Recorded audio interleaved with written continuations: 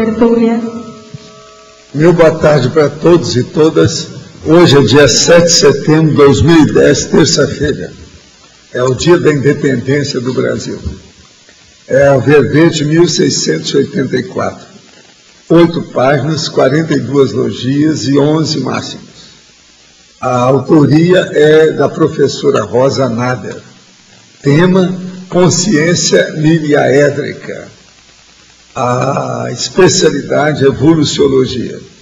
Definição: a consciência miriaédrica é a representação metafórica do serenão ou serenona, o caso avançado da consciência poliédrica de inumeráveis facetas positivas, sadias e homeostaticamente interligadas, seja com sim ou com sex, em integração autoconsciente e cosmoética ao fluxo do cosmos. A max-lucidez autopensêmica, o holopensêmico da serenologia. A representação poliédrica do serenão ou serenona. A miríade de atributos multifacetados.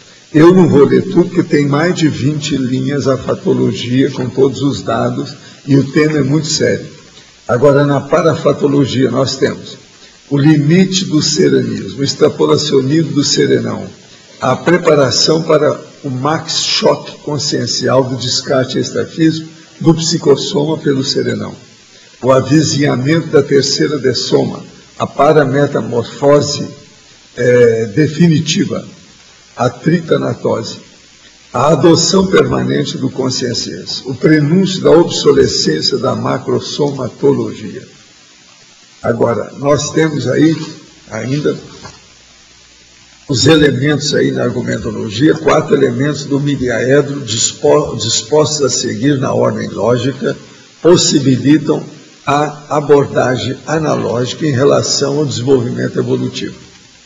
E tem na caracterologia 100 características cosmoéticas do perfil da mega-consciência, o serenão ou a serenona, conquistadas no transcurso evolutivo intraconsciencial. Quer dizer, tem aí então uma panorâmica do assunto. Na remissiologia, nós temos 15 itens que nós destacamos: autopensionização polifásica, dinâmica das complexidades, maximologia evolutiva, potencialização evolutiva e pré-consciex livre. Frase enfática: a consciência miriaédrica sintetiza o entrosamento harmônico e produtivo dos mega-atributos conscienciais prioritários, evolutivos, adquiridos por meio de conquistas diuturnas e contínuas. No inventário das aquisições pessoais, o número de trafórdios ou atributos conscienciais conquistados aproxima você da consciência miriaédrica ou da consciência tetraédrica, que é a consciênsula. No estado de pré-serenão, você já admite, valoriza e tira proveito da condição de existir serenão em potencial habitando dentro de você, de si.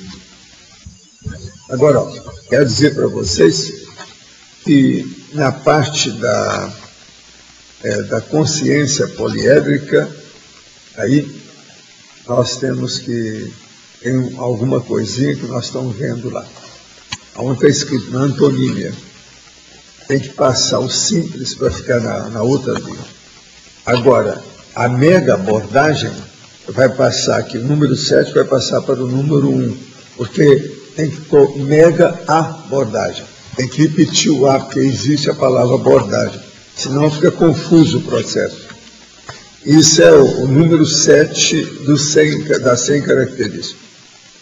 E aí, na efeitologia, a fisiologia tem que ser com letra maiúscula. Ela já viu, eu também já vi as coisas.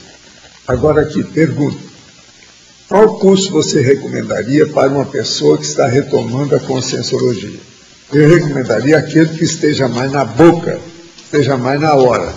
O melhor agora, no dia 24 desse mês, começa o ECT2, Extensão em Conscienciologia e Projeciologia. É no Rafaim Palace Hotel, em Foz do Iguaçu.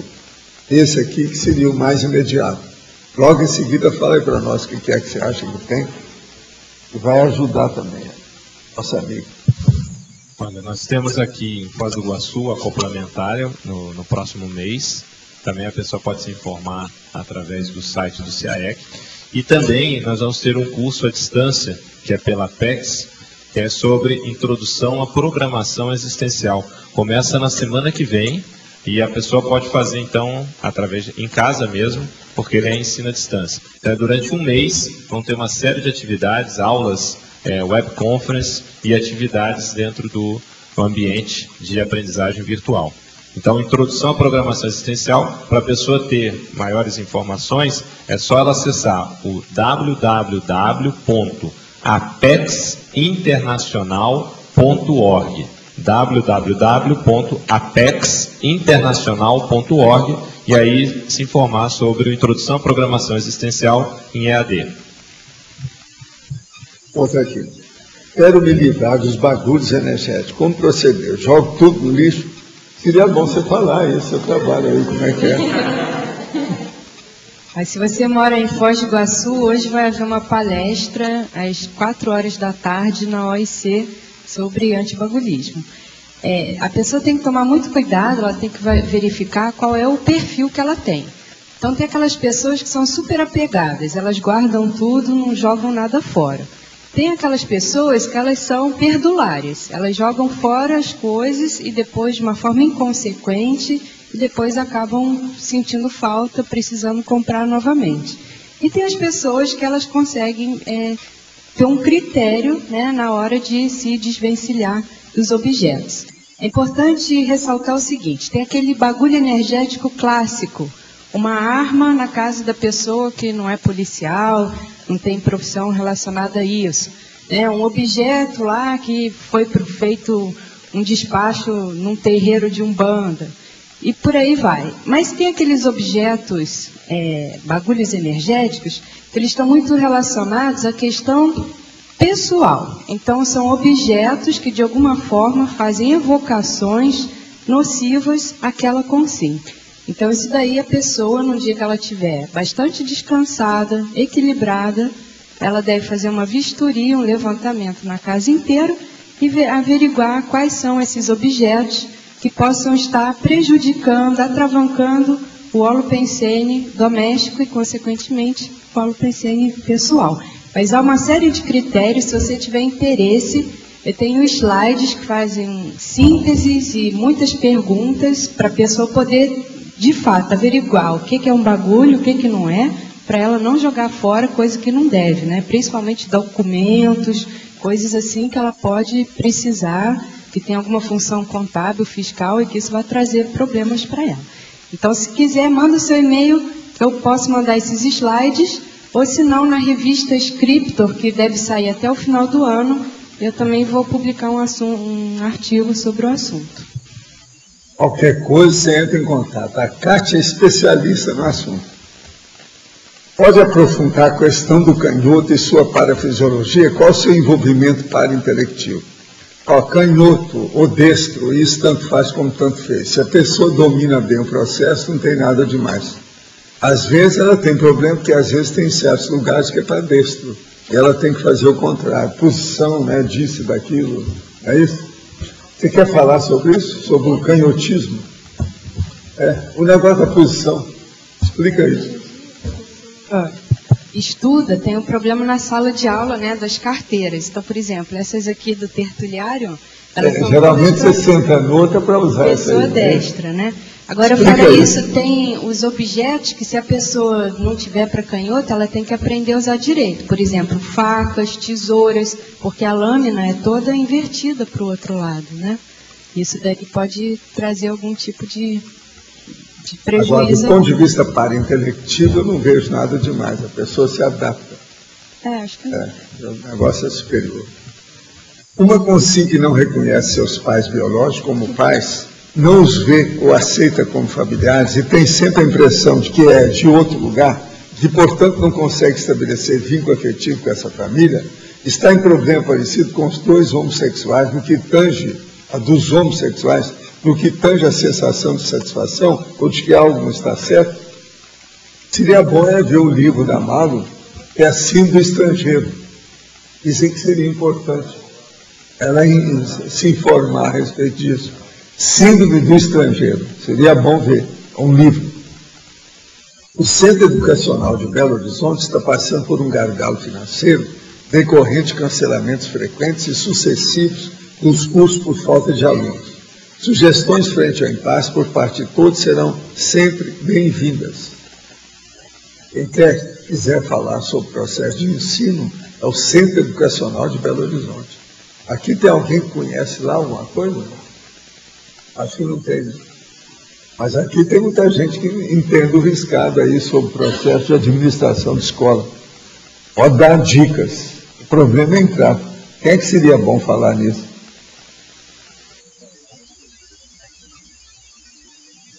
Centro Educacional de Belo Horizonte.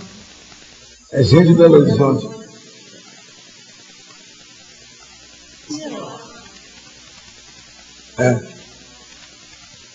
Pois é o Centro Educacional de Belo Horizonte. Se você puder falar alguma coisa.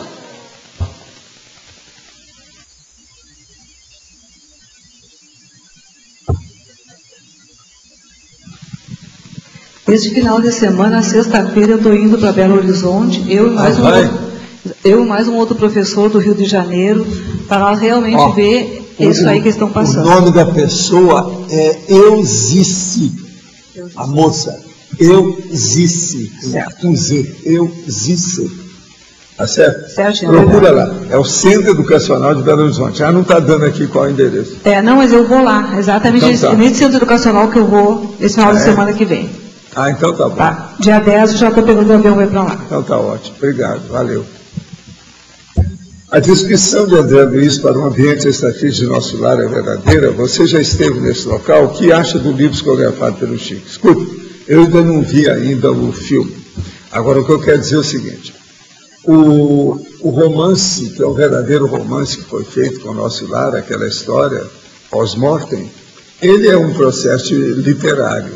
Tem muita coisa ali que é mais da literatice, o processo é exagerado. Não tem mesmo aquela comunex exatinha do jeito que tem ali. Tem muita comunex daquele jeito, alguma coisa mais ou menos parecida, mas é um popurrí que eles andaram fazendo aí da história. E você sabe, onde tem imagística e imagética, quer dizer, imaginação e a imagem, tudo aumenta. Outra coisa, o filme foi feito na base de trucagem cinematográfica, então é ficção científica.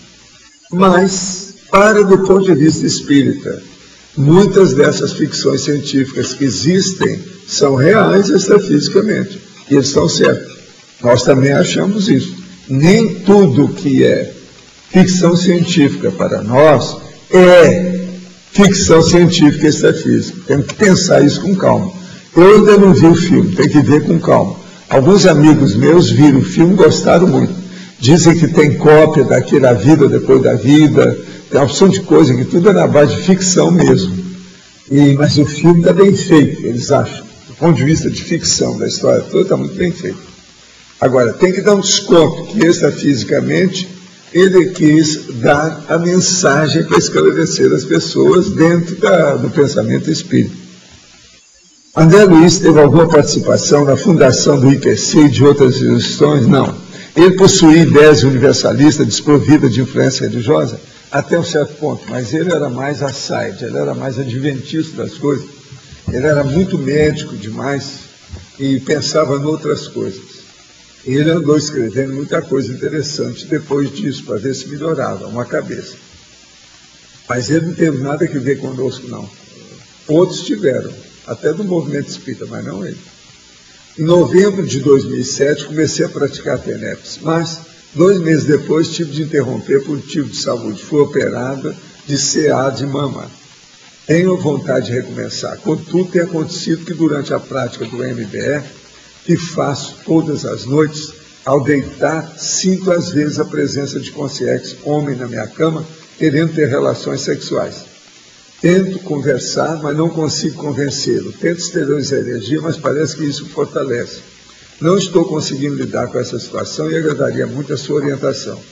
Já estou aposentado e tenho condições de fazer alguns laboratórios em Foz, se você achar necessário. Seria bom você vir aqui mesmo. Vem aqui e você me fala que é você e eu vou te dar uma geral também. Vamos ver esse negócio aí para afastar essas consciências. Gostaria que o professor falasse algo a respeito do Samael Aum Wer. Olha, o EOR. O problema dele é o seguinte, olha lá na bibliografia do Projeciologia, que tudo de bom que ele tem com os livros que ele publicou, que é um monte, são dezenas de livros, eu falo lá até as páginas o que é que tem de bom. Porque ele, do ponto de vista geral, ainda tinha muito processo de iniciação, muito problema de misticismo e outras coisas mais. Ele não era 100% nessa história. Aquilo de bom que tem, eu indiquei tudo na bibliografia do livro Projeciologia. É só procurar o EOR. O romance espírita Escravo do Ouro, Eurípides Kuhl, através de Van der Gen, narra a história do início do ciclo do ouro no Brasil, quando escravos descobrem ouro em Vila Rica. Os personagens escravos Tangegê e Zangigi são médicos curadores também responsáveis pela descoberta do ouro. No final da história, Zangigi é acusado de feitiçaria e enviado a Portugal, onde é queimado na fogueira. Esse personagem, assim que dessoma, passa a ajudar os responsáveis pela sua morte, isso por volta de 1700.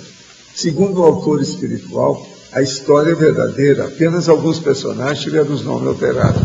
Alguma semelhança com sua vida antes dos 214? Não, não tem nada. 214 anos, 200. Sou advogado e tenho um cliente com sim, homem, 66, que se manifesta como mulher desde os 13 anos e está autodeterminado a se submeter à cirurgia de mudança de sexo. Ele está na fila do Hospital das Clínicas há mais de uma década, aguardando a cirurgia e legalmente a proteção do Estatuto do Idoso. Depois que eu vi na tertúlia de ontem, estou em dúvida se devo ou não entrar com o processo para que ele faça a cirurgia. E o senhor acha em relação a ele e a mim? Vem cá, o homem tem 66 anos e quer mudar de sexo. Me conta, ele não está gagá, não? É o tal negócio de perguntar. Não tem nada aí alterado na cabeça dele? Pode ser que tenha. Agora, gente, eu quero dizer para vocês que hoje, além de ser 7 de setembro, e grandes manifestações na Europa, inclusive na França, lá, que não tem nada a ver com 7 de setembro, mas do ponto de vista de aposentadoria e outras coisas, em alguns outros lugares, eu vi a reportagem hoje, todo lugar está havendo manifestação hoje no mundo. Então, tem também uma muito grande aqui, que é Dia de Ação em Saúde Consciencial. Atendimentos e serviços gratuitos, lá no campus da OIC. No período da manhã foram realizados 120 atendimentos gratuitos, 28 participantes em palestras. Às 15 horas, agora a hora que acabar a abertura, vão ter atividade especial, a prática de primeiro socorro.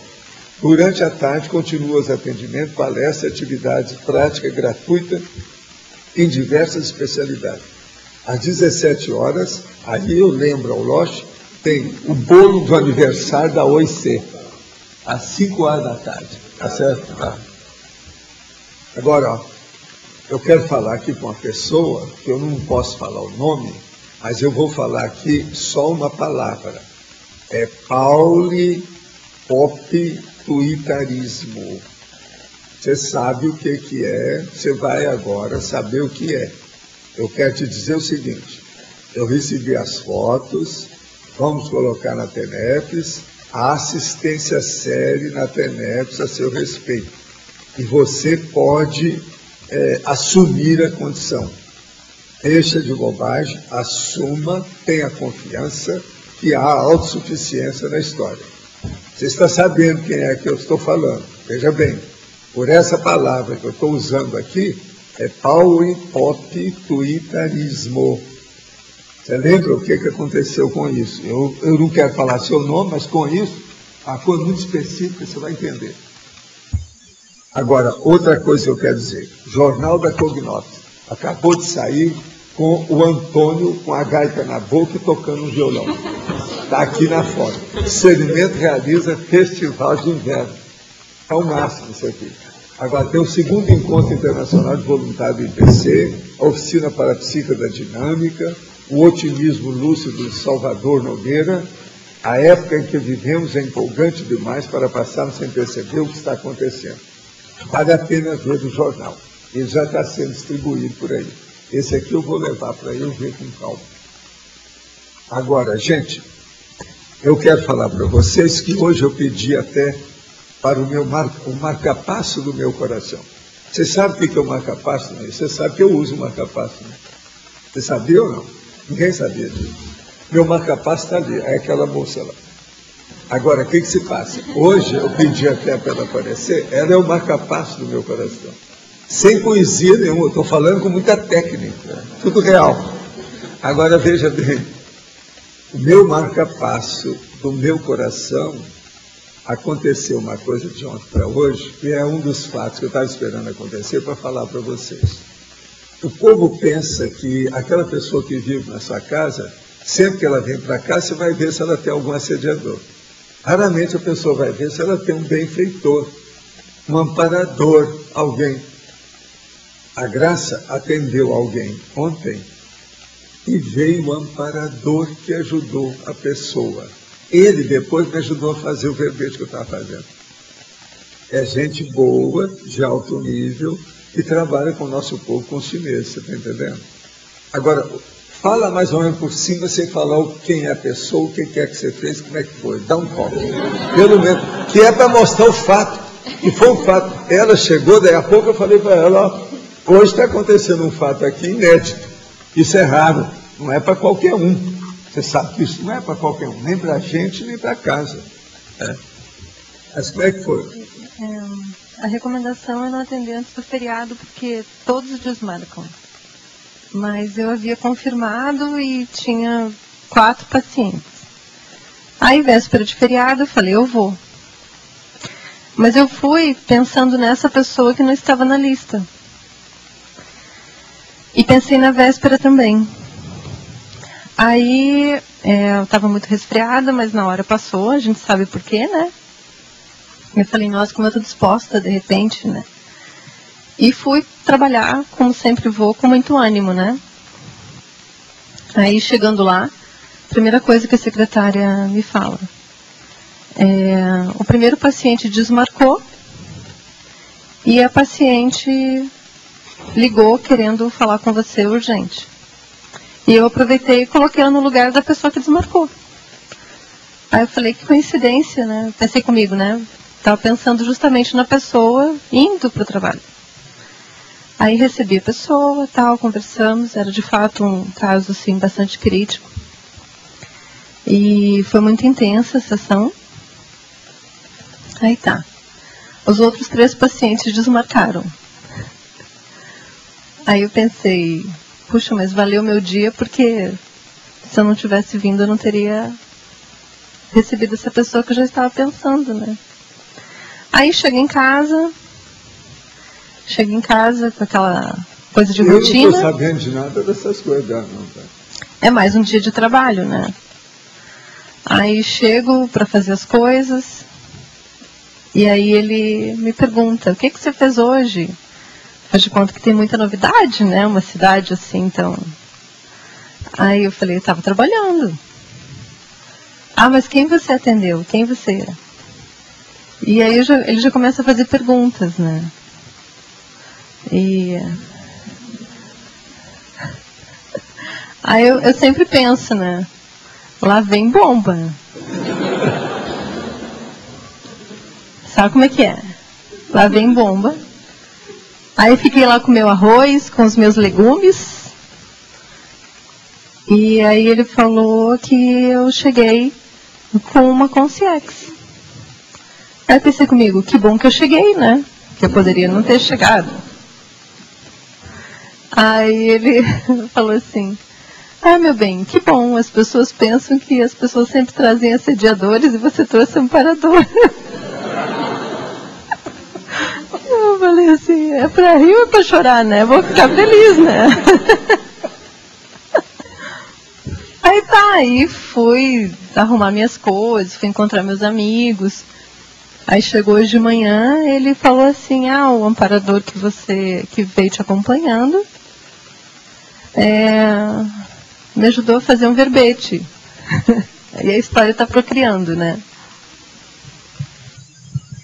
Chegou, deu opinião, mostrou as coisas. Eu tinha que fazer uma listagem de 40 itens, depois de mais 20 itens separados. Entende? Ele começou a dar, quer dizer, ele entende do riscado, é alguma coisa muito séria. Mas eu não senti agora, nada. Para mim é da turma dos chineses que mexe aí com ele. Eu não senti nada. Se ele não falasse, eu não ia perceber nada, né? No meu consultório, eu não misturo conscienciologia com psicologia. Eu quero deixar isso bem claro, né? Inclusive tem pacientes que falam, você... Não, eu não toco no assunto, não falo, não... Até porque minha posição não é neutra. Então, eu sigo, e fora também, o código de ética. Você estava um pouco eufórica. Eufórica porque eu ia encontrar meus amigos, né? Mas assim, eu estava com bem-estar porque depois de 3 dias você com resfriado, aí você tem um dia para trabalhar, dá um ânimo, né? Não sei. Eu gosto de trabalhar e eu gosto do que eu faço, então... E a gente sente muita assistência lá na clínica, então a conscienciologia, ela está dentro de mim e eu procuro respeitar sempre os limites da ética, né? Mas eu achei interessante isso, né? Minha sorte é que ele é clarividente, porque senão eu não ia saber disso nem vocês, né? Aliás, a nossa sorte, né? Ana, pode falar. Professor Valdo.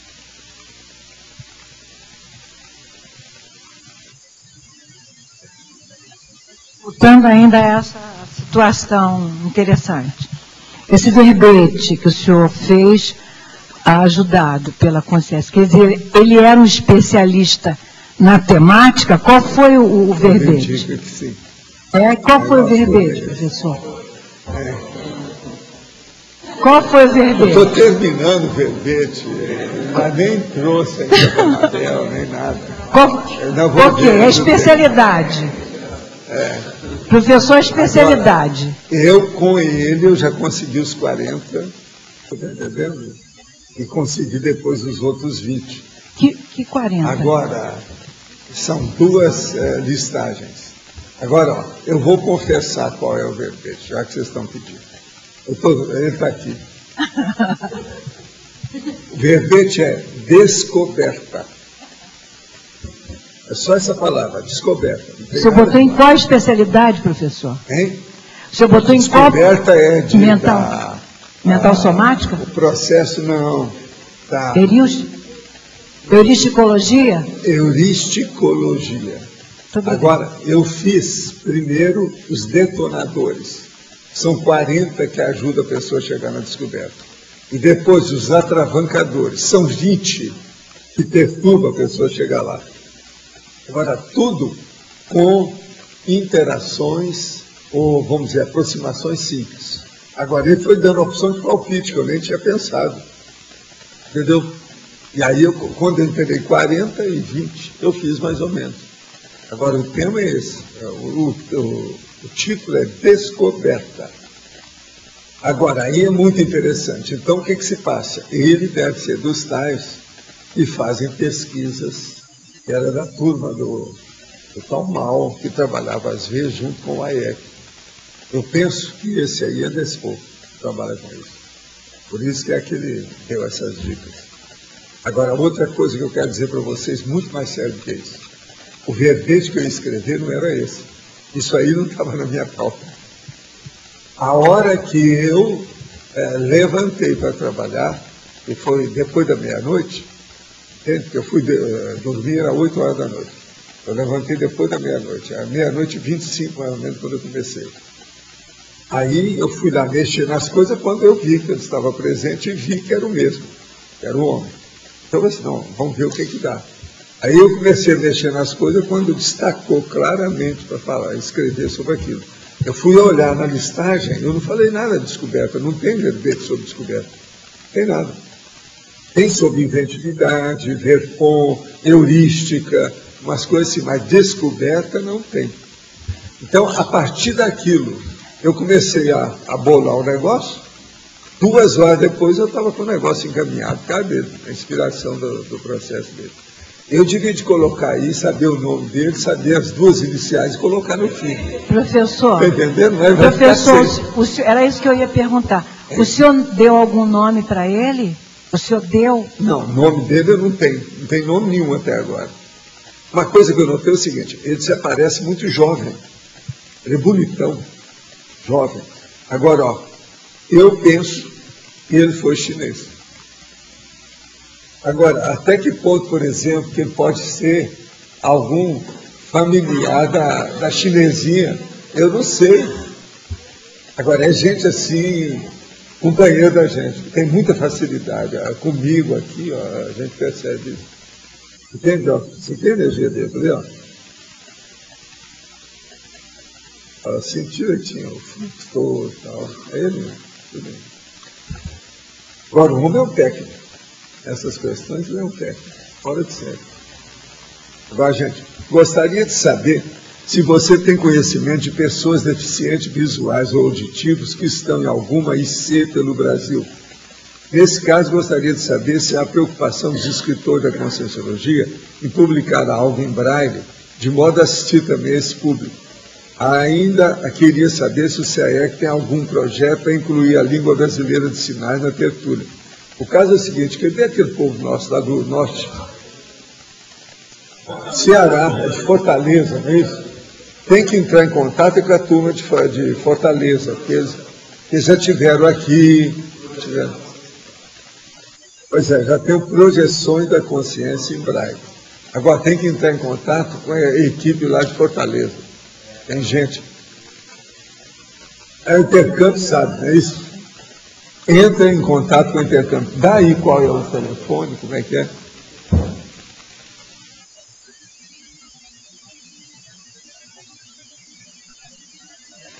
Dá o telefone do Intercamp e você procura informações sobre o que eles devem ter esse contato. É 84, tem Natal, 3211 3126. 84 3211 3126. E tem o celular, 84 99 84 03 34 99840334. É a Ruth Pinheiro, provavelmente, que vai te atender. Ô Arlindo, isso aqui é com você. Gostaria de saber se o Arlindo fez um verbete e se ele está selecionado entre os 20 escolhidos. Não está, mas ele está, já tem verbete pronto. Deixa ele falar lá. Eu tenho já um verbete que preciso terminar, mas pretendo depois de tudo, que agora estou chupando o dedo com gente apresentando o verbete. Hoje eu estou vendo o da Rosa aqui, que está um mega verbete em todos os sentidos. Né? Então eu fico chupando o dedo. Você lavou em cima do computador. O meu vai ter que sair logo, porque se molhou o computador. Se não sair logo, onde é que eu vou pôr a cara? Né? Agora, outra pergunta. Assisti ao filme Nosso Lar e gostei muito. A cena do umbral é muito inquietante. Se não estamos no curso intermissivo ou baratosfera, teria um outro lugar para as consciências ficarem? Qual o primeiro ponto que levou à dissidência da teoria cristã e qual o ponto decisivo que o fez abandonar a J. Cristo? Ixi, isso é antigo. O negócio é muito antigo. O problema foi quando eles começaram a me matar. Me perseguir até matar. Aí é meu jeito, deixei para lá. Não tenho como fazer nenhum curso no momento, mas gostaria de ter uma ideia da minha ProEx. Poderia me dar orientação? Esse está querendo muito, hein? Nossa, fala aí. Vê onde é que tem? Eu não sei de onde ele é. Ele não está falando. Bom, nós temos hoje uma instituição cujo foco é o estudo da programação existencial e tem uma série de atividades. Nós temos cursos, palestras também pela internet e também temos o serviço de apoio existencial. Então, se a pessoa vir até Foz, ela pode participar, isso é um serviço gratuito. Mas, independente de onde ela esteja, nós vamos estar começando na semana que vem o curso Introdução à Programação Existencial via ensino à distância. Então a pessoa pode acessar o site para poder obter maiores informações. O site é www.apexinternacional.org.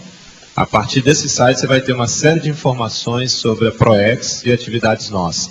Hoje nós estamos aqui em Foz, São Paulo, Porto Alegre, Rio de Janeiro e Curitiba. Estou em processo de mudança de atividade comercial e industrial para o estado do Paraná. E estou com dificuldade para desvincular-me do meu grupo familiar. Sinto que me prendem ao seu contexto local, surgem diversos fatos que emperram a minha saída. Minha mãe fraturou o fêmur, Ela tem 88 anos. E meus irmãos sócio e sua família menosprezam o negócio. Não incentivo, uma série de fatos se sucedem. Licenças ambientais e empréstimos estão emperrados. Tento manter meu foco, mas às vezes perco a minha lucidez e determinação, me sinto vampirizado. O que posso fazer para otimizar minha saída sem entrar em atrito e ajudá-los ao mesmo tempo? Olha, o melhor é o estado vibracional. Agora, eu vou trabalhar também com você, e eu já te conheço o nome. Vamos ver o que a gente faz. Agora, do seu lado, faça aí o estado vibracional, que isso pode ajudar muito. Uma coisa que eu queria perguntar para vocês é o seguinte, principalmente para você, que é especialista, para a Rosa Nada, que está falando de serenão, é o seguinte: o serenão dispõe de dicionários cerebrais eletrônicos? Não, estou só perguntando. Não sei o que vocês acham. Perguntar não ofende. Entende? Estão fazendo muitos dicionários eletrônicos. Agora, será que o serenão já tem? O dele já é eletrônico? Não precisa. Já deve ter algum macete nesse sentido. Aqui no ar. Escuta, você vai ficar aí até depois? Eu quero conversar com você hoje. Eu queria fazer uma pergunta, eu não sei, é para a Rosa, que hoje a pergunta, né, do verbete. Não, e tem que falar com a Rosa. A dona hoje é a Rosa.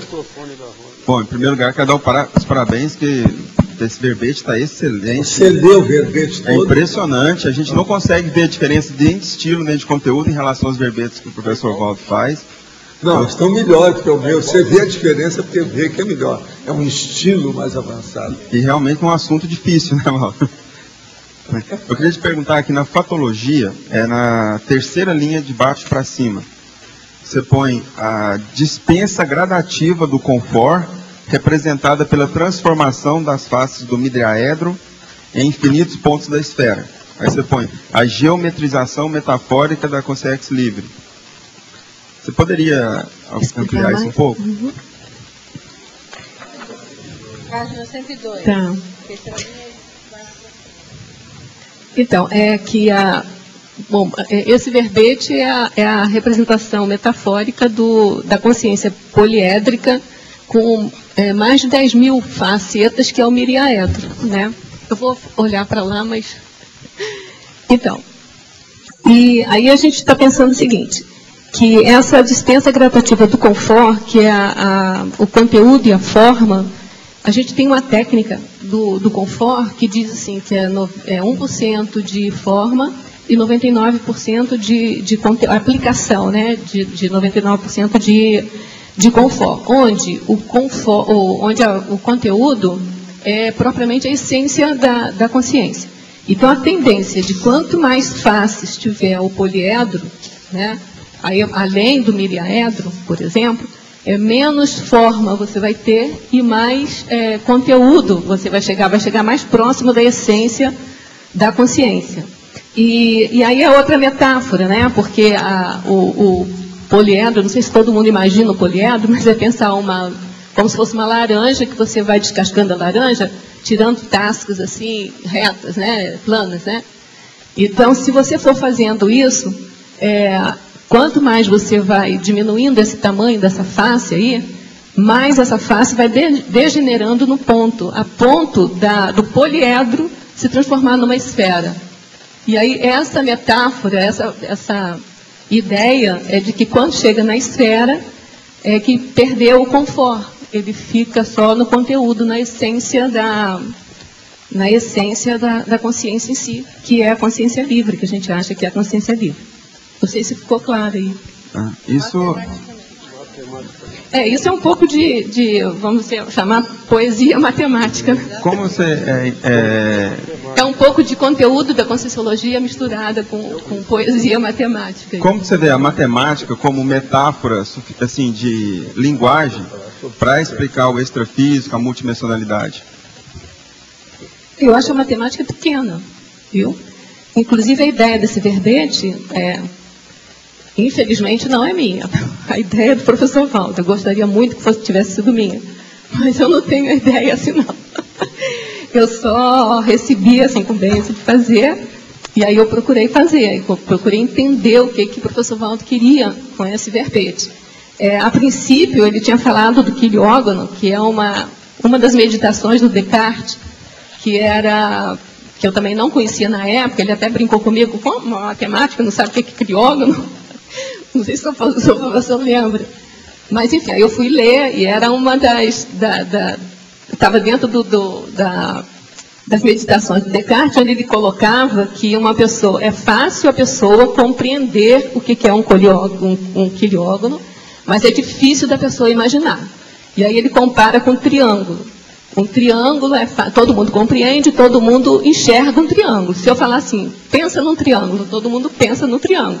Mas na hora de imaginar um quiliógono, para quem não sabe, é uma figura plana que tem 1000 lados.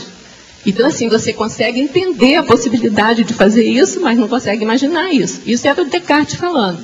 E eu, assim, enquanto eu estava fazendo esse verbete, eu ficava imaginando uma coisa semelhante, assim, embora eu acho que não...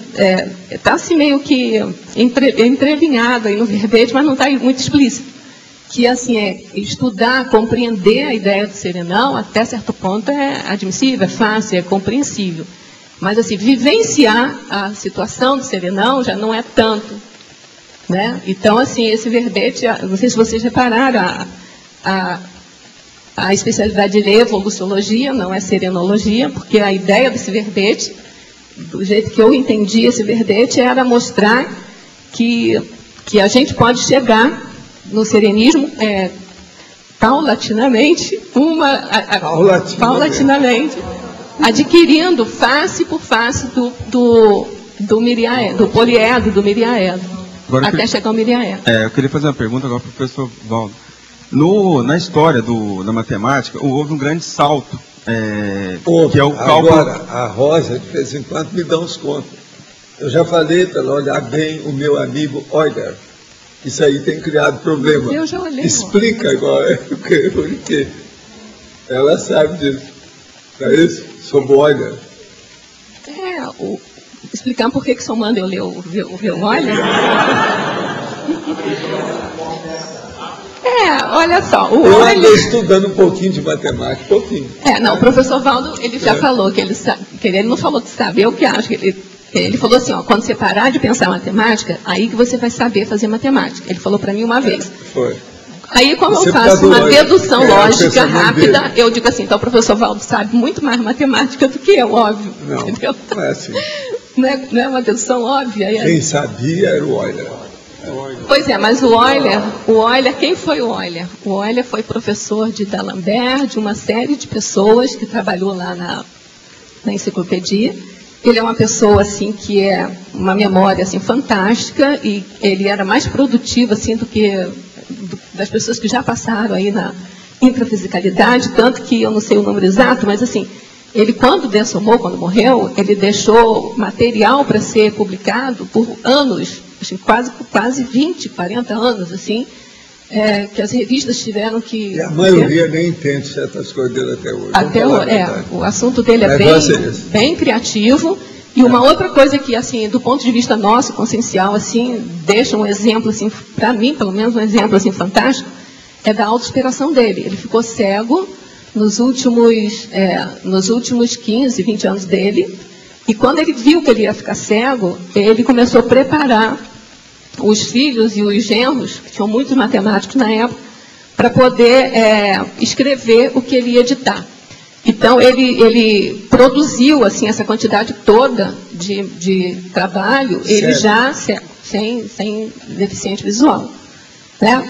E aí tem até uma coisa, assim, que falam que ele escrevia tão facilmente quanto... sabe? E escrevia com o filho no colo, ele é uma pessoa que tinha muitos filhos, então, assim, era família. Você olhar bem, presta atenção. Mas não sei o que... Você estava estudando uma realidade de 1000 lados. Sim. E ele era cego, não via lado nenhum. Não via lado nenhum. Nenhum dos 1000. Mas ele via com a inteligência dele. Você está entendendo? Agora o homem era uma fera. Agora falei com ela desde o início. Olha bem, meu amigo, olha. Não, ele realmente... Olha o olha. Não, ele realmente é de tirar o chapéu, Isso olha. é muito sério. E é aí que entra o processo da matemática com a situação toda. Posso? Agora, ó, Agora, não tem sei alguns estudiosos que consideram o Euler talvez o maior matemático de todos os Ele, tempos. ele Talvez considera. seja o maior O matemático. mais produtivo, com certeza. Não, meu amigo. Qual é o problema? Olha, a impressão, eu acho Por que eu já exemplo, eu perguntei. sou amigo seu ou não sou? Eu considero que eu sou seu amigo. Sou amigo da Rosa. Sou amigo do Euler. Pela intimidade que o professor Valdo tem com o Euler, porque assim, de todos os matemáticos... Não, desde o início eles- eu falei para você sobre o Euler. E não, ele está citado nos 700 experimentos, eu vi. É. Então, assim, então é uma pessoa assim que o professor Valdo cita muito. Eu já perguntei isso, né? Eu acho que o Zéfiro trabalhou com o Euler. Porque O Zé teve coisa com ele. quando Porque ele assim, a ficou produtividade dele e a memória dele tem que ter sido ajudada. Ele criou, gente, as coisas mais assim, de ponta da sério. matemática. O homem né? era uma fera. Número imaginário. Agora, tinha enfim. processo do passado que ele tinha que resgatar. Por isso que ele entrou no processo da cegueira. Não, e ele tem uma passagem, professor Valdo, assim, de bastante fraternidade, né? Porque quando um dos discípulos dele fez um artigo lá, descobriu um artigo, ele já tinha feito o tal do artigo, ele abriu mão de publicar o artigo dele para o outro publicar, para poder o outro começar na vida acadêmica. Então, assim, ele era despojado, benéfico. Não, ele passava Ele os tinha trabalhos para abrir o caminho para da abrir o vida caminho da das pessoa. pessoas. Ele era técnico. Posso fazer mais uma Agora pergunta, que Valdo? teve que entrar na cegueira para resgatar um processo do passado. Explica por que isso faz um resgate? Por que Para ele sintonizar bem nas questões das faculdades dele. Era o jeito dele chegar ao processo parapsíquico. Está entendendo? Porque trabalhando com a matemática do ponto de vista físico, junto do soma, fazendo a somatização de tudo quanto é faculdade, atributos, sensações, sentidos, manifestações, o homem desenvolveu muito depois do ponto de vista extrafísico. E esse é o caminho que eu estou mexendo hoje. Agora, com a matemática na mão, fica mais fácil, porque eu mesmo já tinha usado isso antes. Agora, professor Entendeu? Valdo, Não, atualmente eu não sei. Eu não sei como é que está a situação dele, onde ele está, como é que é. Eu não sei. Eu tive assim, há muito tempo, há 50 anos, eu tive notícia dele. Mas aquilo foi en passant e passou logo. Agora, professor Valdo, uma curiosidade para todo mundo ficar sabendo, é que eu fiz uma tese de doutorado, né? Minha tese de doutorado era de grafos, e quem criou grafos foi o Euler. Eu sei. Então, assim, é muita coincidência, né? Agora, lembre-se, a primeira observação que eu fiz a respeito da sua matemática foi sobre o Euler. Foi sobre o Euler, eu tenho E ela criou problema com isso. Ela falou, não, mas por que o Euler? Por que por isso? que o Euler? Não sei e tal. Ela empombou logo que eu fiz. eu estou procurando ver. O Euler, gente, o Euler é um negócio para estudar, sim. É uma grande cobaia histórica, sem dúvida nenhuma. Sem dúvida. Por isso que eu estou chamando a atenção. Agora, pensa só, aqui ó, pensa só esse antagonismo paradoxal. O problema dele, saber tanto sobre matemática, quer ser o processo dos 1000 lados, no seu caso, o miliaédrico, você está entendendo? E ele ficar cego. Ele não viu nenhum lado. O cara cego não está vendo lado nenhum. Mas ele via todos os lados, Ele né? tinha que ver o processo da cosmovisão, ponto de vista parapsíquico, multidimensional. Foi uma forçada. Aquilo forçou a ele começar a pensar no assunto. Não entendi. Só... Valdo, se dá para aprofundar essa questão da cegueira, é que eu não entendi direito como ele, por que ele atingiu a Não, cegueira. ele chegou dentro do processo físico a fazer a maior vivência, os 99% da teatro. Está entendendo? Dentro da cegueira. Eu entendi muita coisa disso aí, em matéria de cego, extrafisicamente. Esse foi o motivo que eu fui trabalhar no Instituto do Cego do Brasil Central. Eu tenho uma afinidade com essa turma. Outra coisa, depois quando fui representar as faculdades, na Uni, lá no Rio, eu fiquei no Instituto Benjamin Constant. Você está entendendo como é que é? Lá uma temporada. Tudo é processo do cego. Agora, o que é? no Instituto Cego do Brasil Central era da maçonaria. Como eu já era mestre maçom, aquilo eu tinha facilidade de trabalhar lá dentro. Eu atingia tudo quanto era o processo de cego lá dentro também. E os cegos lá, durante uma boa temporada, havia músicos de grande talento musical. Tocava vários instrumentos, tudo cego. E havia também cego que era médico, que trabalhava conosco nessa ocasião. Tudo isso eu tive ideia por causa dos meus processos de retrocognição, devido a esse processo da época do óleo. Porque a questão do cego, ele desenvolve certas percepções acima da gente. Agora, havia um, meu amigo lá, que trabalhava conosco, e ele andava na rua, ninguém via que ele era cego. O cara tinha percepção de tudo avançada do ponto de vista físico. Ele atravessava a rua sem problema nenhum. O movimento, tudo isso, nunca deu problema nenhum. Agora, tinha uma sensibilidade que é uma loucura. Eles criam e aperfeiçoam os sentidos que eles têm. E aumenta aquilo mais ainda. Há uma série de condições. Agora, eu sempre queria saber como é que era, principalmente com esse cego de Uberaba. Ele se vestia muito bem, tudo arrumadinho, ele não parecia cego.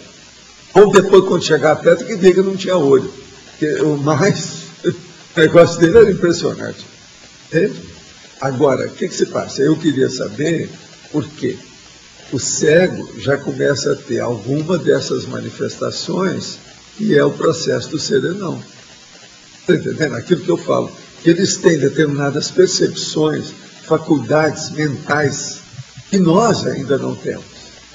Então, o cego deve estar chegando perto disso. Agora, nunca houve ainda um estudo para casar uma coisa com outra. Sabe ser feito. Estudo aí que teria que ser feito.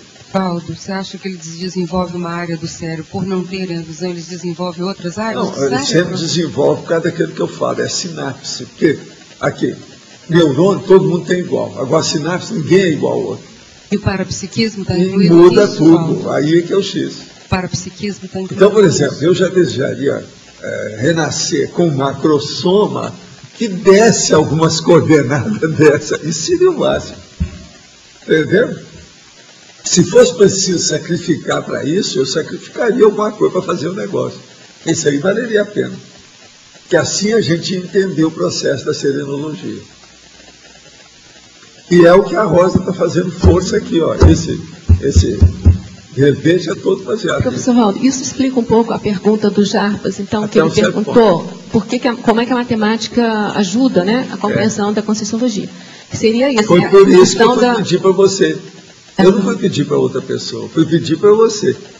Que é a que tem mais pinta de matemática, que mexe mais com as coisas aqui.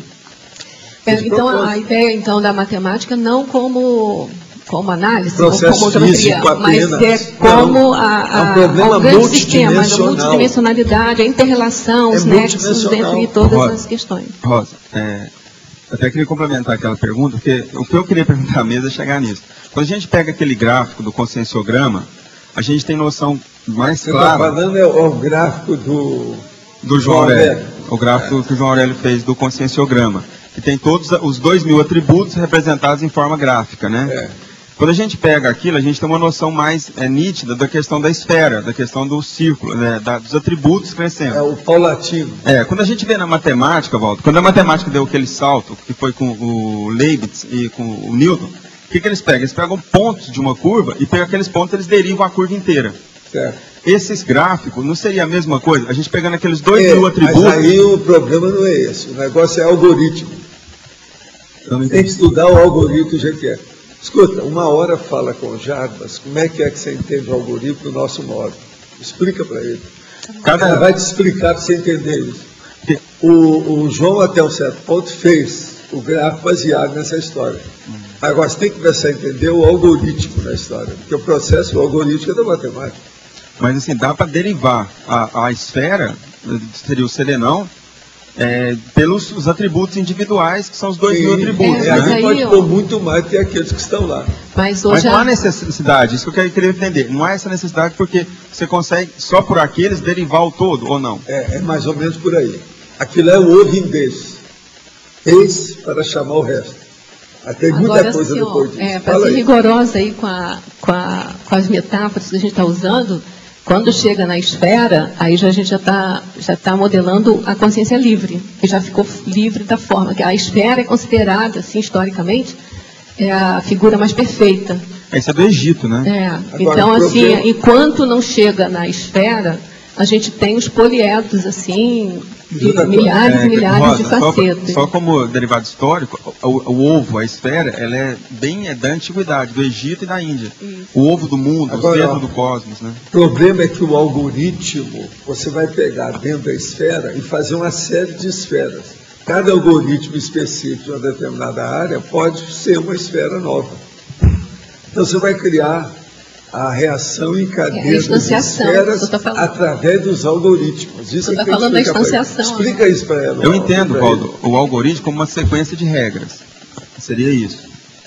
Mas é um fluxograma também. Ela teria que estudar para falar com você. É bom você explicar para ele. É porque a gente abrange mais. Você tem que explicar no papelório, papelucho. Agora aqui. Sou de Chapecó, em Santa Catarina. A cidade possui muitos frigoríficos. Os de grande porte são mais ou menos 6. Ainda tem os pequenos abatedouros, que devem ser muitos. São milhares de animais abatidos todos os dias. Já houve casos de suicídio dentro dos frigoríficos. Será que isso prejudica um pouco para conseguirmos realizar algum evento do IPC na cidade? Pois estamos tentando um espaço gratuito para a palestra e não estamos conseguindo. Já realizamos atividade do IPC na cidade, mas nunca com tanta dificuldade para conseguir um espaço gratuito. Eu acho que deve haver alguma consciência vampira de energia que não quer que esses eventos ocorram. Uma não. Lá é um regimento. Não é isso? Você tem alguma ideia do que eles podiam fazer? Recorrer a quem?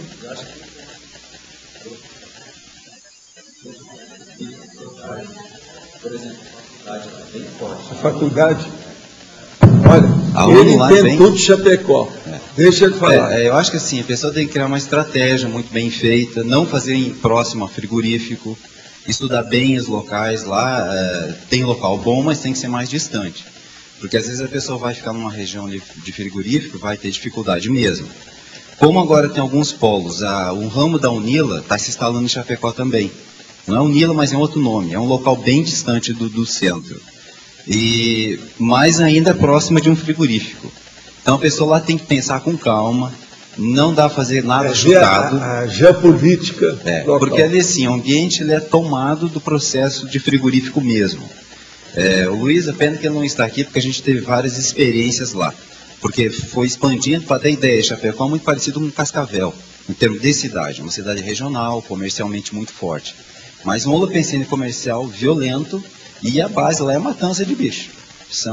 Agora, vocês sabem o que é frigorífico, essa situação toda, né? Matadouro, né? Da situação. O Valdo, que poderia fazer... Eu já trabalhei muito nisso extrafisicamente. O Valdo, que poderia fazer, de repente, pegar uma cidade próxima. Ali tem pequenas cidades próximas. Tem Xaxim, Xanxerê, tudo ali na linha. Ali é passo dos índios, né? Então, que a turma já fala, já teve era o caminho que os índios faziam. Então, esses locais são interessantes. Pinhalzinho, que é um local próximo. São cidades menores que não têm frigorífico. Olha, pensa nisso, Xanxerê. Qualquer coisa, não, já teve gente de Xanxerê. Qualquer coisa, eu tenho um amigo em Chapecó, tem gente muito boa, tem gente que conhece conscienciologia, conhece as coisas de energia, tem um amigo meu bem de confiança. Passa e meia que a gente usa ele como uma ponte. Alguns de vocês nasceu lá, né? Não, eu nasci lá, o Luiz nasceu lá e o Júlio Royer também. O Júlio também? Vamos entregar o grupo todo. Todo mundo é chapecoense. Chapecoense,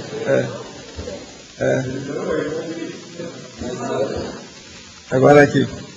Geralmente, quando estou concentrada, por vezes estudando ou assistindo às tertúlias, estou tendo a percepção de estar acompanhada. Além disso, percebo em minha visão periférica pontos luminosos se movimentando como se fossem borboletas. Esse fenômeno é perceptível dos dois lados, mas a predominância é do lado esquerdo. Isso pode ser algum sinal para o psíquico? Deve ser, é o mais provável. Anote e comece a trabalhar com o estado vibracional para você desenvolver a percepção disso aí. Agora, aqui vem problema para a Rosa Nader, tá certo? Patologia, página 101, segunda linha. Gostaria que explicasse a simplificação da complexificação e os múltiplos egos. Quarta linha. Gostaria de saber se o serenão também passa por um porão consciencial em sua vida intrafísica. Esse está querendo muito. Quer fazer um abatimento aí, né? Não tem mais isso, não. Então, mas olha, você entendeu aí a entendi. Segunda linha. Entendi. E quarta linha. Essa questão da simplificação da complexificação. A complexificação é como se fosse o paralelo com a análise extensiva e também com o picotamento das fases, ou com as aquisições de atributos, de trafores. Então, à medida que você vai conquistando atributos, você vai se tornando mais complexo. E a complexidade, então, seria, quanto mais ela vai se expandindo, ficando mais extensa, é um paradoxo até, você vai tomando conta e vai conhecendo melhor essa complexidade, e aí entra na síntese, que é a simplificação. Então, é mais ou menos isso, a simplificação da complexificação. A simplificação, então, é o entendimento do intrincamento entre todas essas conquistas de atributos que a pessoa adquire. Então, ela vai ficando mais complexa, mais extensiva, mas ela vai ficando mais intensa e mais próxima da consciência em si. Não sei se... Essa questão só... Eu tinha marcado até para perguntar isso, mas a Rosa que me desculpa, mas eu ainda não entendi como é que o serenão, na sua posição, os filósofos sempre falam esse negócio de simplificação da complexificação, mas na questão aqui do serenão, como é que ele pode ser complexo e simples? É coisa que eu ia perguntar, mas... Então, mas assim, deixa eu ver se eu falo de outra maneira. A complexificação acho que fica mais claro, né? Porque vai adquirindo... Complexo, tudo bem. Tá, tudo bem. Agora, a simplicidade é que eu não... Aonde que entra a simplicidade? Não é a simplicidade de simplista, não. É a simplificação no sentido de entendimento completo e perfeito daquela complexificação. Uma coisa que nós somos complexos, né? Mas nós não nos damos conta da nossa complexidade. Então, não é complicado, é descomplicar a complexificação. É que eu entendi que ele iria ficar assim, mas acho que não é ele estar simples. Não. É uma complexidade. Ele chega ao complexo de uma forma simples. É o autodomínio dessa complexificação. Isso. O problema é a apreensibilidade. Também é. O caso todo é esse. Agora, ela quer saber também sobre os múltiplos egos. Fala aí. Sim, é porque assim, a gente, quando você coloca cada faceta do miriaedro um atributo conquistado, a gente pode admitir que um conjunto dessas facetas, ela pode constituir ou caracterizar um tipo de ego. Então, ao longo da vida da série X e qualquer consciência, para poder ela ir desenvolvendo facetas novas, ela vai adquirindo novos egos, novas performances de vida, novos tipos de vida. Então, são esses múltiplos egos que vão possibilitar a consciência de adquirir novas facetas. Então, é nesse sentido que a gente está colocando aí essas múltiplas vidas aí. Essas múltiplos egos. Não sei se ficou claro. Outro para você. Rosa, você pode falar sobre consciência poliédrica simples, antonimologia, página 101, e consciência tetraédica, consciência em questionologia, página 108? Pois é. Esse é o outro que está perguntando. Quem? É outra pessoa. Outra pessoa, né? Antes era um homem, agora também esse é um homem. Essa simples aí é uma coisa que eu coloquei esse adjetivo aí, para mostrar que é uma consciência poliédrica. Aí esse simples, Arlindo, é do simplório mesmo, tá? É uma coisa mais simplória. Esse simples aqui, da antonimologia. É uma consciência poliédrica simplória, assim, porque é contrário do serenão. Tá? Então, assim, pelo verbete consciência poliédrica, a gente sabe que toda consciência é poliédrica. Ela tem um poliedrismo aí desde que ela se constitui consciência. Só que ela, no início, ela é bem simples, é simplória. Ela não tem autoconsciência do que ela é. Então, é nesse sentido aí que é poliédrica simples.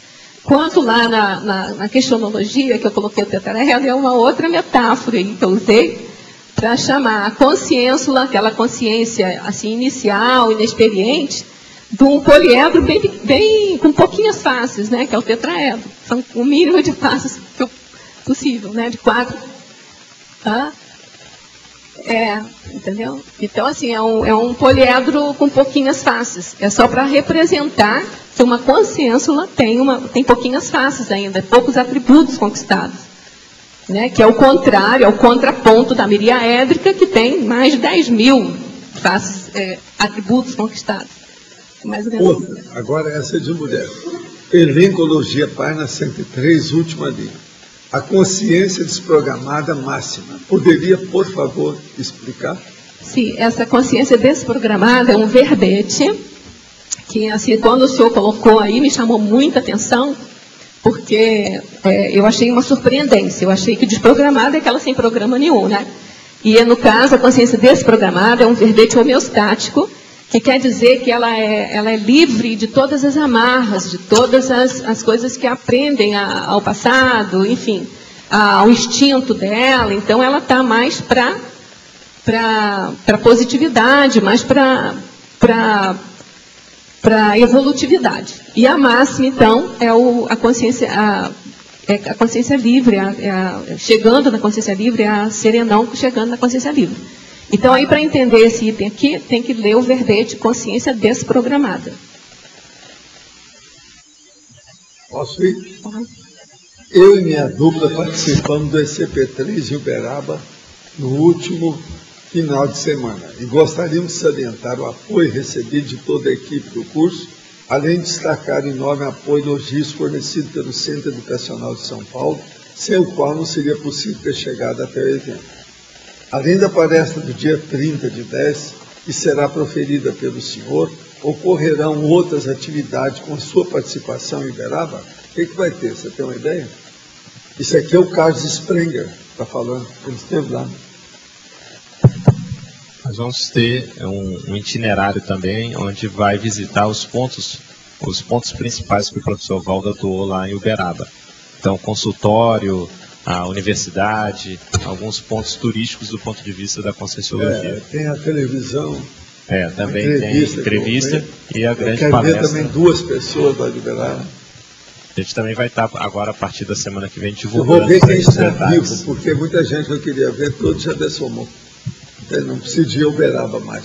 E só aproveitando também, a gente vai estar anunciando, o Ricardo Caprário vai estar organizando um ônibus a partir daqui. Quem tiver interesse já pode entrar em contato com o Ricardo Caprário. Já tem algumas pessoas que já vão, né? Já tem. Hoje já tem mais de 30 pessoas já que estão se organizando. Era isso mesmo que eu queria pedir para você. O pessoal da Intercamp, muitas pessoas perguntaram como podem fazer para ir para Uberaba. E a gente pediu para eles ligarem para você. Se você pudesse dar algumas informações. A gente estava esperando só agora ter essa confirmação para passar a informação toda em conjunto. Certo. Então a gente vai passar os preços, os dias certinho a partir da semana que vem. Tá? Então todos os internautas também, quem tiver em outras localidades, vai poder ver a melhor forma de chegar até lá. Também tem uma agência que vai estar... daqui 40 dias. É isso? Não, mais? Mais um pouquinho. 50? É final de outubro. Final de outubro. Mas final de outubro, 50 dias, 45. Loche. Aqui. Quando a gente estava lá no CP3, no hotel que nós ficamos, num dos hotéis, tinha um grupo de mais ou menos umas 30, 40 pessoas que foram buscar informação do que a gente estava fazendo lá.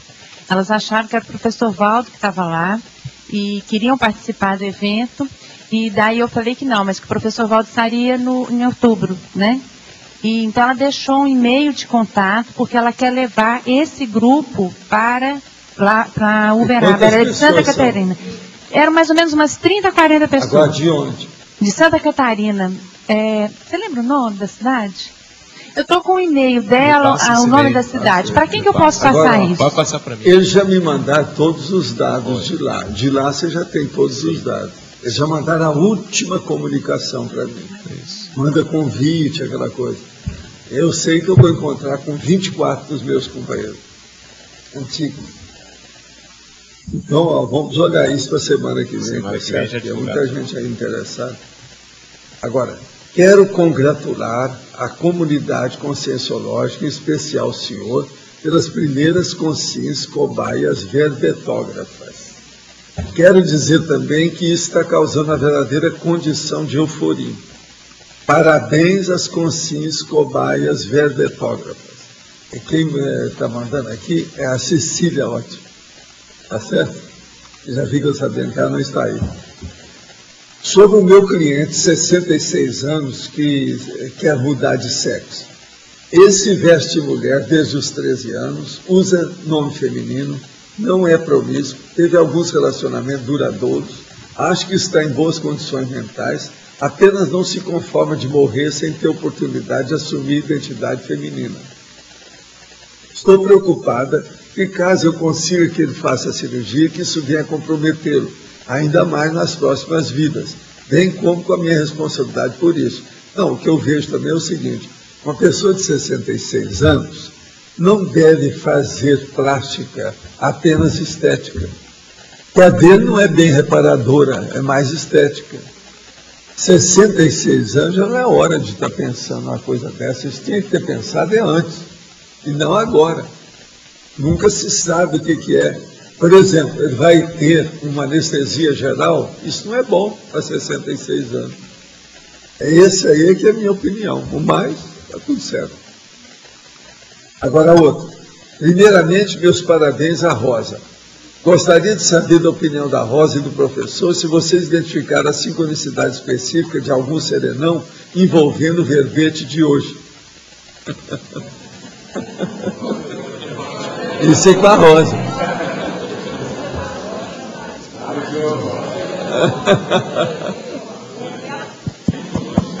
Eu realmente dormi cheia de esperança, professor Valdo, mas acordei. Sim, mas a sua chará te ajuda muito. A Rosigarda ajuda muito a ela. Não. E outra coisa, tem a Rosa dos Ventos, né? Eu fui bem amparada. Tudo é um processo de rosa. É. E tem a outra rosa que eu não estou vendo aqui hoje, está por aí? Está viajando. Está viajando. Gostaria de saber se o serenão ou serenona também formam duplas evolutivas. Poderia comentar? Ótimas verpons. A pessoa mandou, essa é a última, ótimas verpons. Olha, tudo é possível, né? A gente nunca sabe. As minhas perguntas se referem à memória e ao desenvolvimento mental. O serenão poderia ter uma mente que acessa o passado, presente e futuro, ao mesmo tempo, conforme a sua necessidade? Ele pode trabalhar com a sua mente de forma a acessar as unidades mínimas e o todo ao mesmo tempo, de qualquer realidade de conteúdo, tendo flexibilidade mental para poder focalizar e ampliar a sua mente, uma rapidez na velocidade da luz. É isso que nós falamos. Ele tem algumas dessas capacidades. A gente só não sabe a profundidade, o alcance disso, como é que funciona, etc. Mas que tem. Poderia falar mais sobre o extrafísico de um ambiente frigorífico e tratado em um. Outro. A coisa toda é a seguinte. Todos os lugares que eu já vi, frigorífico e o processo disso aí, aquelas casas igual que tem aquele frigorífico lá que eu ia para fazer a sessão perto, para ajudar o ambiente, que é o curtume carioca. Alguém aqui chegou a conhecer, sabe o que é o curtume carioca? Sabe o que é? Eu fui muito lá para fazer sessão durante uma boa temporada junto, para melhorar o ambiente do curtume. Não era só um, mas o ambiente era tão pesado, todo mundo começou a reclamar, então me pediram para ir lá. Então eu ia toda semana e jogava energia no negócio, lá perto, o curtume carioca. Agora, fora do corpo, eu estive em algum desses lugares e eu vi até fora do Brasil esses lugares. Agora, o ambiente, às vezes, é cheio de máquina, cheio de coisa. Então, os ricos americanos, por exemplo, é tudo na base de máquina, aquela coisa toda. Mas no meio daquelas máquinas só dá vampiro. Esses livros de vampiro não valem nada. É só ir no frigorífico desse que vocês vão ver o que é vampiro de tudo quanto é jeito.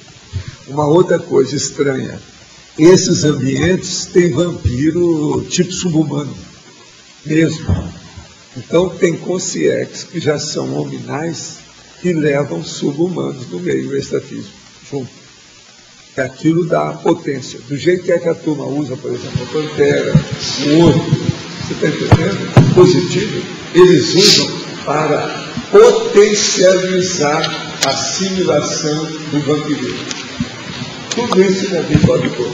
Então, esses ambientes são os mais pesados que tem. Agora, se uma pessoa é tipo esponja, ela está perdida.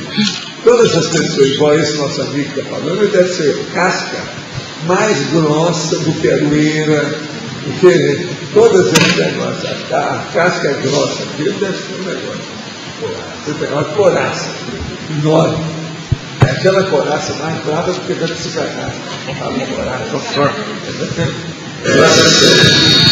Mostra que o problema é esse. Esse é o ambiente de lá. Eles assimilam muito a energia dos bichos, porque tudo é ectoplasmia, né? E aquilo, morrendo aos milhares, sangue de todo lado, aquele negócio, isso é terrível. Professor, B aqui, ó. A questão já que hoje está se falando de miríade, né? A miríade dos pupilos do Zéfiro. A maioria deles é multidotado. Não chega a isso tudo. Menos. Vamos com não, são alguns gatos pingados. Veja bem, como você gosta de dizer, veja bem. Swedenborg, multidotado para a época, especialista em tudo quanto é área de conhecimento. Euler, matemático. O Kardec, a questão da multidimensionalidade, que ele via trazer. O Balzac também multidotado. Quem mais e por quê? Um dos maiores desse é essas cabeças? É o Swedenborg. Você esqueceu desse. Não, eu pus ele aqui. Eu falei esse o primeiro que a gente trabalhou com ele. Multidotado. Agora, Valdo, a intenção nesse caso do Zéfiro de inspirar essas pessoas é o Zéfiro. O Zéfiro é pau mandado. Tá, mas a equipe que estava mexendo com esse povo. Vamos supor, então, que ele não fosse... Eu sou carregador de mala, maleiro. Vamos supor, então, o Zéfiro está estudando umas cabeças bem específicas, assim. É por causa dessa questão dessas sinapses que você falou? Por causa da Heurebeck. Por causa da processo é Heurebeck. E tem mais alguém integrando esse time mais um monte aqui? deles, mas deixa para lá, né? Só isso aí já dão muita confusão. Não, é só por causa de ser uma área de conhecimento diferente. Por exemplo, na astronomia... Não, os mais sérios são os mais recentes, porque tinham mais lucidez. Então, tem uma turma que ele também trabalhou com a turma e a equipe do Max Mecanismo, que é o povo da metapsíquica. Aquele povo da metapsíquica também foi inspirado. Alguns deles a gente trabalhou também. Quer dizer, quando você diz mais recente, é nos últimos 2 séculos para cá. Eu só tive um período que eu não estava nessa, devido ao processo da minha vida lá na Catalunha. Entendeu? Rápida, aquela. Mas foi alguns anos, coisa à toa no meio. Mas tudo a gente estava alerta, a postos, no serviço. Então teve muita gente.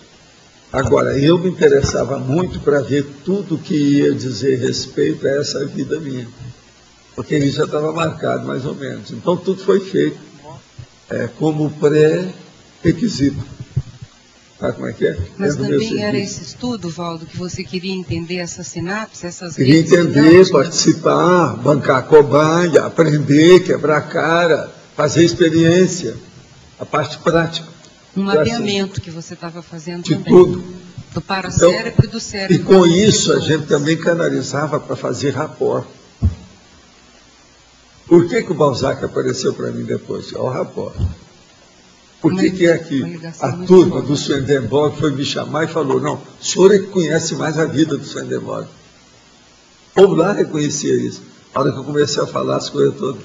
Aí eu virei para ele e falei, não, é porque eu já li muito. Eu falei assim, mas será que o senhor já leu tantos livros igual a gente? Isso é o bispo da Nova Jerusalém falando para mim. Ele veio ao Brasil, um americano. E falou, o senhor sabe mais do Swedenborg que todo mundo que eu conheço. No entanto, ele é de Brian Hatch, que é da Pensilvânia, entende? Que é o centro dos Estados Unidos, onde tem mais coisas sobre o Swedenborg.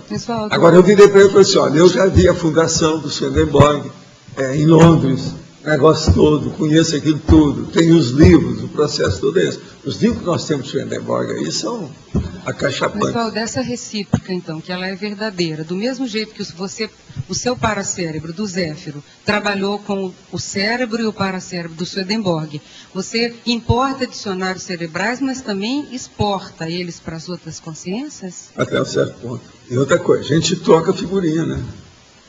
Sempre é um processo recíproco. Por isso que eu chamo sobre interassistencialidade. Você dá e você recebe. Agora, isso é impressionante. Agora, o melhor da história não é isso, não. Você dá para a pessoa que está lá e você recebe aqui. Mas como tem uma terceira consciência que superintende aquilo, os dois recebem simultaneamente da terceira. Entendi. O que eu considero que potencializa tudo é a consciência que está aí. Agora, então, veja, na condição de consciência é muito bom, mas limitado. Agora, aqui, na condição de consciência, não é bom, mas é ilimitado o auxílio. Você está entendendo como é que é? Devido ao processo da vivência. Agora, julgar com essas duas coisas é que eu sempre tentei.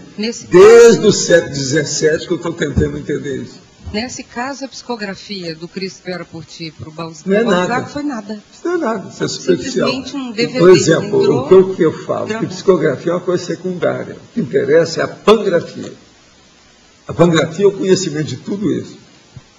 O que é isso aqui, ó, que ela está falando? Consciência miriaédrica. É isso. É a consciência pangráfica máxima.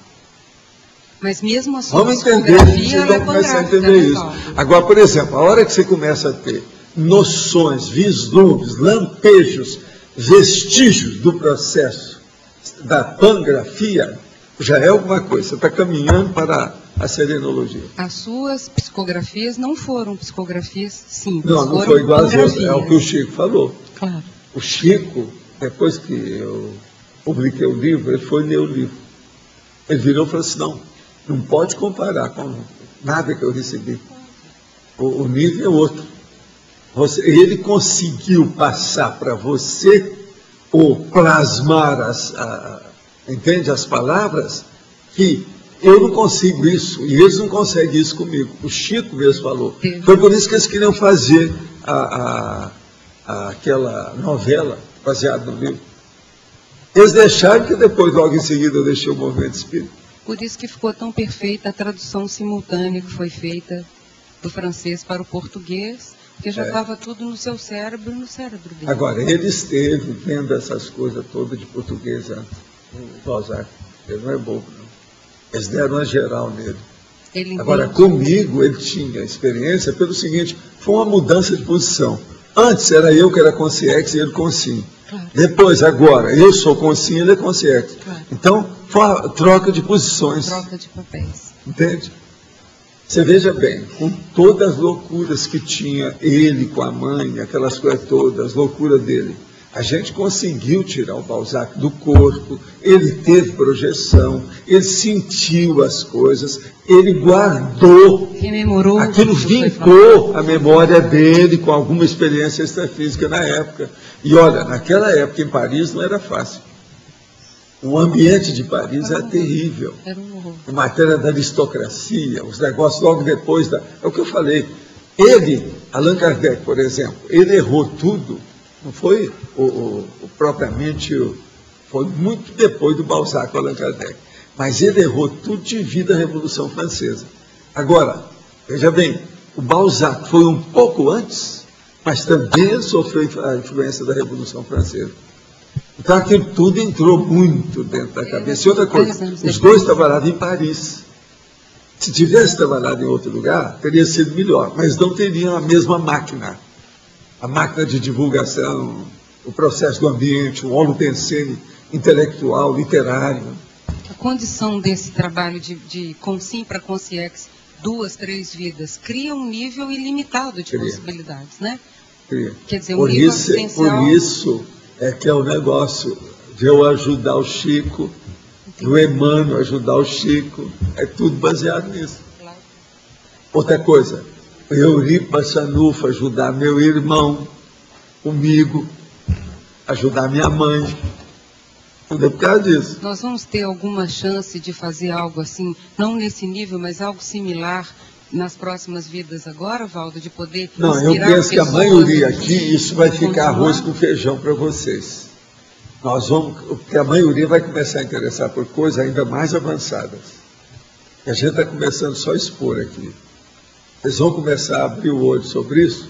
E então aquele povo que chega e que fica doido, só quer estudar serenão, igual aquele nosso amigo de lá, você lembra da história? Tudo dele. Não, chega-te aos bons que você vai ver, pelo menos, que você está na sombra dele. Que você vai ser exceção. Então, isso tudo vai aumentar mais. Vai aumentar mais. E os com vocês, com vocês. Não é só comigo, não. Eu estou falando com vocês. Isso vai ser inevitável. Os verbetes têm um papel nisso muito sério, né, Valdo? Que é a contrapartida, a plataforma. Professor, sim. Letra B aqui, ó. Tá tendo o Dia da Saúde Consciencial e queria fazer uma pergunta um pouco provocativa para todo mundo, né? Sobre uma questão assim. Lá está tendo várias atividades, inclusive ginástica laboral e orientação de escrita. Agora, por exemplo, eu conversei até com o autor que está fazendo as caricaturas. Na parte das caricaturas, hoje houve uma média de 15 caricaturas que as pessoas pararam para posar para fazer caricatura. Ao mesmo tempo em que, para fazer ginástica, educação física, foram apenas 3. Orientação de livro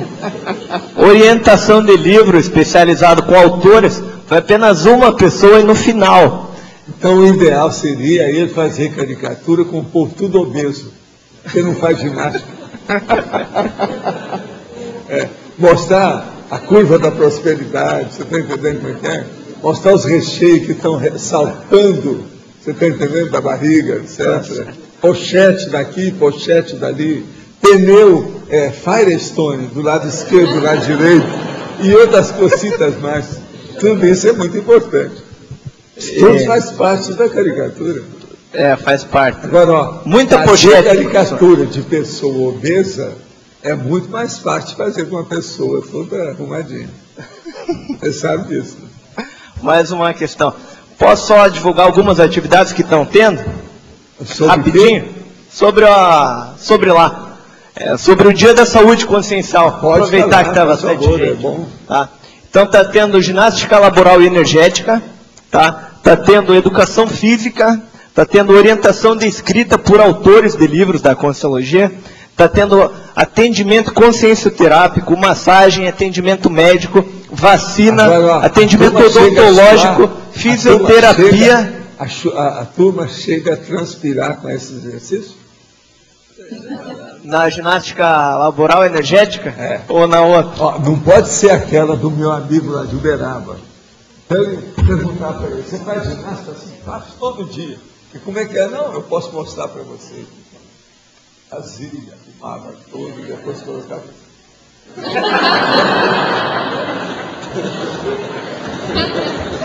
Isso era a ginástica dele. Nós temos que ver se a sua é desse jeito. Lá, sabe, vocês estão transpirando. Mas que não dá para pegar muito pesado com a turma também, ginástica mais pesada, né, professor? Ainda, né? Mas vamos lá, ó. Olha, tem mais uma série de pessoas que vão lá agora à tarde. Já me falaram aqui. Vou convidar, ó. Então, ó, ainda vai ter atendimento fisioterápico, atendimento de direito, consultoria sobre empreendimento consciencial, várias palestras consciencioterápicas bem interessantes, ensino de informática, financeiro, empresarial e de saúde integral. Me conta, tem gente lá que está orientando para a pessoa ver o que vai comprar, terreno, casa ou apartamento? Não sei dizer. É o direito imobiliário. Tem muita gente interessada nisso. Precisa ter gente lá para atender isso também, né? Tem saúde financeira e empreendimento consciencial. Está incluído. Então tá bem. Estou vendo que você viu, né? Me conta, você está de chapéu branco hoje, né? Eu? Você colocou o chapéu para enfrentar o sol lá, foi isso? Logo eu vi. É a saúde por causa do câncer, né? Tá certo. Ô, professor, mais uma questão. Eu queria perguntar para a Rosa, na quarta linha da parafatologia. Rosa, agora é com você, Rosa. Quarta linha da parafatologia. que seria mais ali, ó, a preparação para o maxi-choque consciencial do descarte extrafísico do psicossoma do serenão.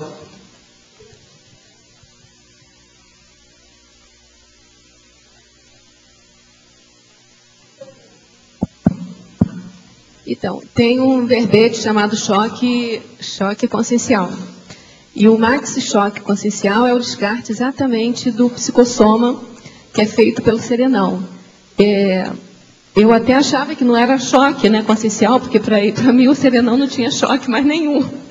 Mas é colocado como exemplo, né, do maxi-choque que o serenão quando perde o psicossoma. Porque assim, ó, toda vez que você tem o descarte de algum dos veículos de manifestação, aquilo é um choque consciencial. Você muda repentinamente aí de manifestação holossomática. O seu holossoma tem uma alteração forte aí.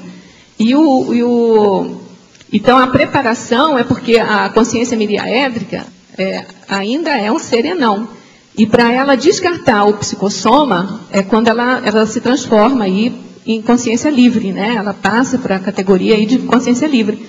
Então, a consciência miriaédrica, quando ela é mais veterana, ela está em franca preparação para descartar aí o psicossoma e transformar em consciência livre. E isso, nesse momento, que ela vai descartar, é o maxi-choque. Não sei se ficou claro. Fica claro, sim.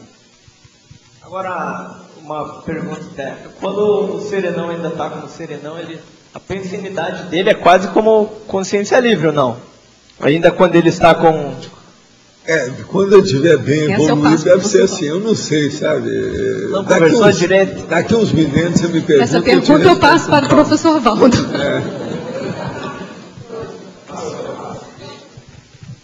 O senhor havia me dito que o fato de estar estudando aspectos mais materiais, como o cérebro, me dificulta ter percepções para a psique, mas afirmou que isso é natural e o caminho é esse. Porém, quando comecei a estudar mais as relações entre bioenergia e os efeitos do cérebro, tenho tido facilidade de diálogos transmentais. Percebi ainda uma melhoria na instalação do meu EV. Passei a perceber com maior profundidade a importância do EV, como o senhor tem falado. A pergunta é, deveria abrir mão de estudar esses efeitos no cérebro e focar mais em aspectos mais sutis e intraconscienciais, a fim de melhorar meu parapsiquismo? Não, você deve seguir que você está sentindo bem, quer dizer que você deve estar recebendo até algum amparo extrafísico sobre o assunto. Vá em frente. O problema todo é a pessoa se adaptar para saber atender uma dimensão e outra. O senhor indica a dieta fruteriana. Estou fazendo força para segui-la. Pergunta, todo mundo pode fazer essa dieta? Quais os cuidados?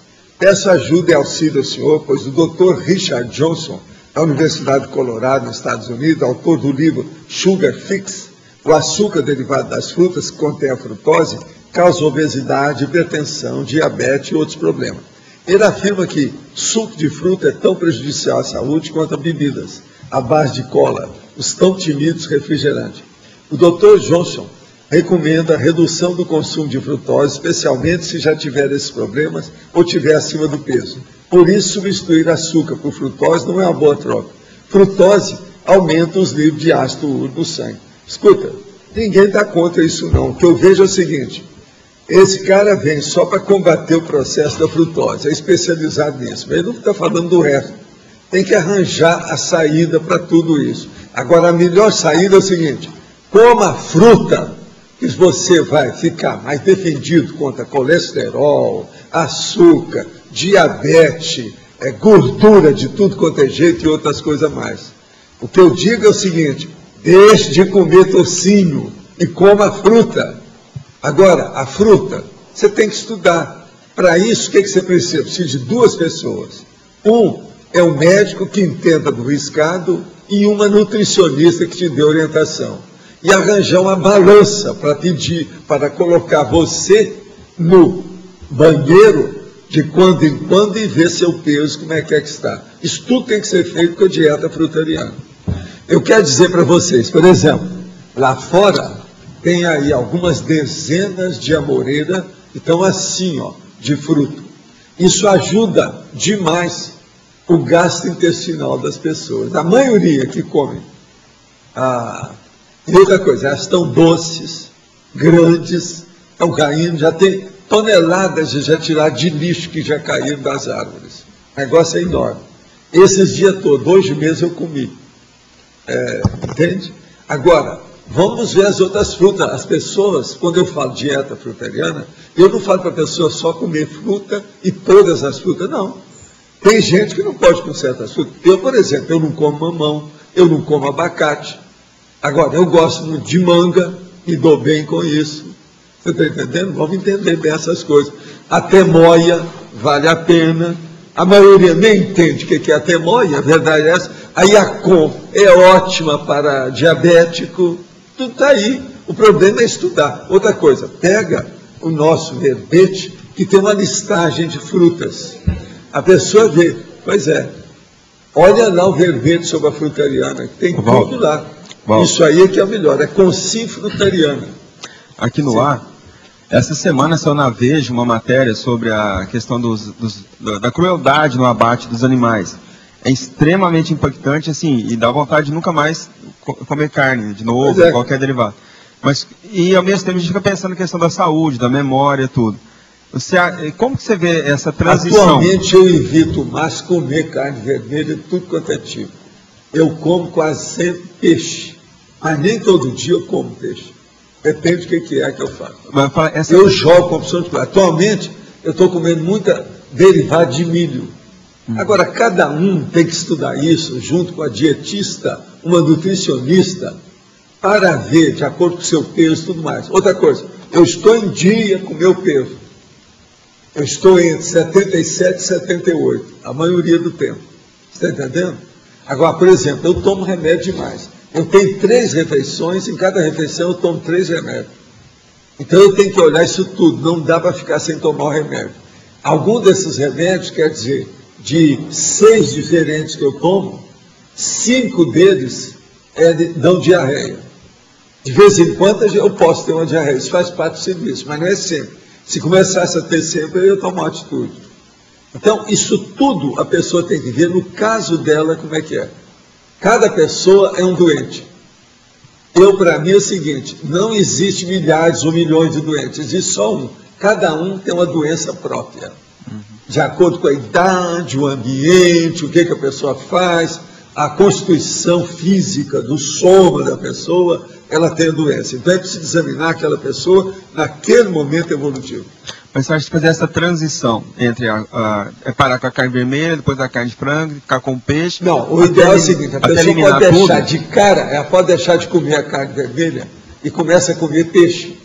Isso aí pode compensar muito. Agora tem que começar a observar como é que ela come, como é que está o peso, processo de sono, como é que é a memória, a concentração mental. Isso tudo ela tem que ver com o tempo. Por isso que tem que ter um médico e uma dietista para examinar o que se passa com a pessoa. É porque assim, a gente se imaginar cúmplice de uma crueldade daquela que a gente vê ali é impressionante. Ele aí está falando em processo de refrigerante. Eu não tomo refrigerante nenhum, eu bebo água.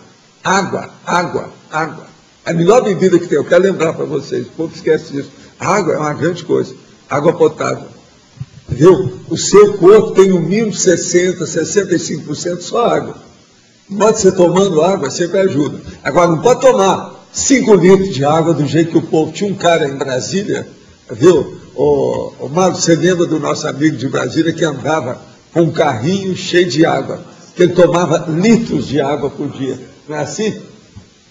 Isso é paranoia, isso é loucura, não é assim.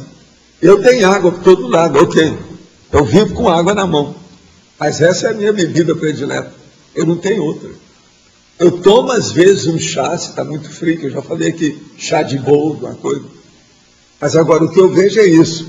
Não vão no bico disso não, que hoje tem livro e pessoas escrevendo sobre tudo, contra e pró. Fale qualquer coisa que a gente arranja um livro para a pessoa. Você quer a favor ou quer pró? Ou contra? Como é que é? O que você quer? Vamos olhar bem. Senão a gente vai fazer aquela pergunta clássica, secular. Você é bobo ou você é assim mesmo? Só queria deixar essa dica de ler essa matéria da Veja dessa semana, que é imperdível mesmo. Agora, olha, uma pessoa que combate as frutas, inclusive esse autor, ele não conhece fruta. Ele deve ter nascido num lugar que não tinha pomar. Está na cara. Vou corrigir, né? A Veja, eu acho que é da semana passada, daquela que tem os pessoas que estão lá na mina, na capa. Do Povo. Agora, do povo, outra aqui. Isso, do Povo. Quero parabenizar Rosa Nada, pois o verbete está no mínimo empolgante e inspirador. Gostaria que esclarecesse em interaciologia, agora é para você, interaciologia, página 102. A interação, autoabnegação cosmoética, nega discernimento lúcido.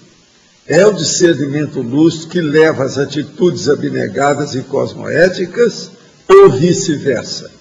Olha, é a Patrícia Barbosa do Rio de Janeiro. Você sabe quem é?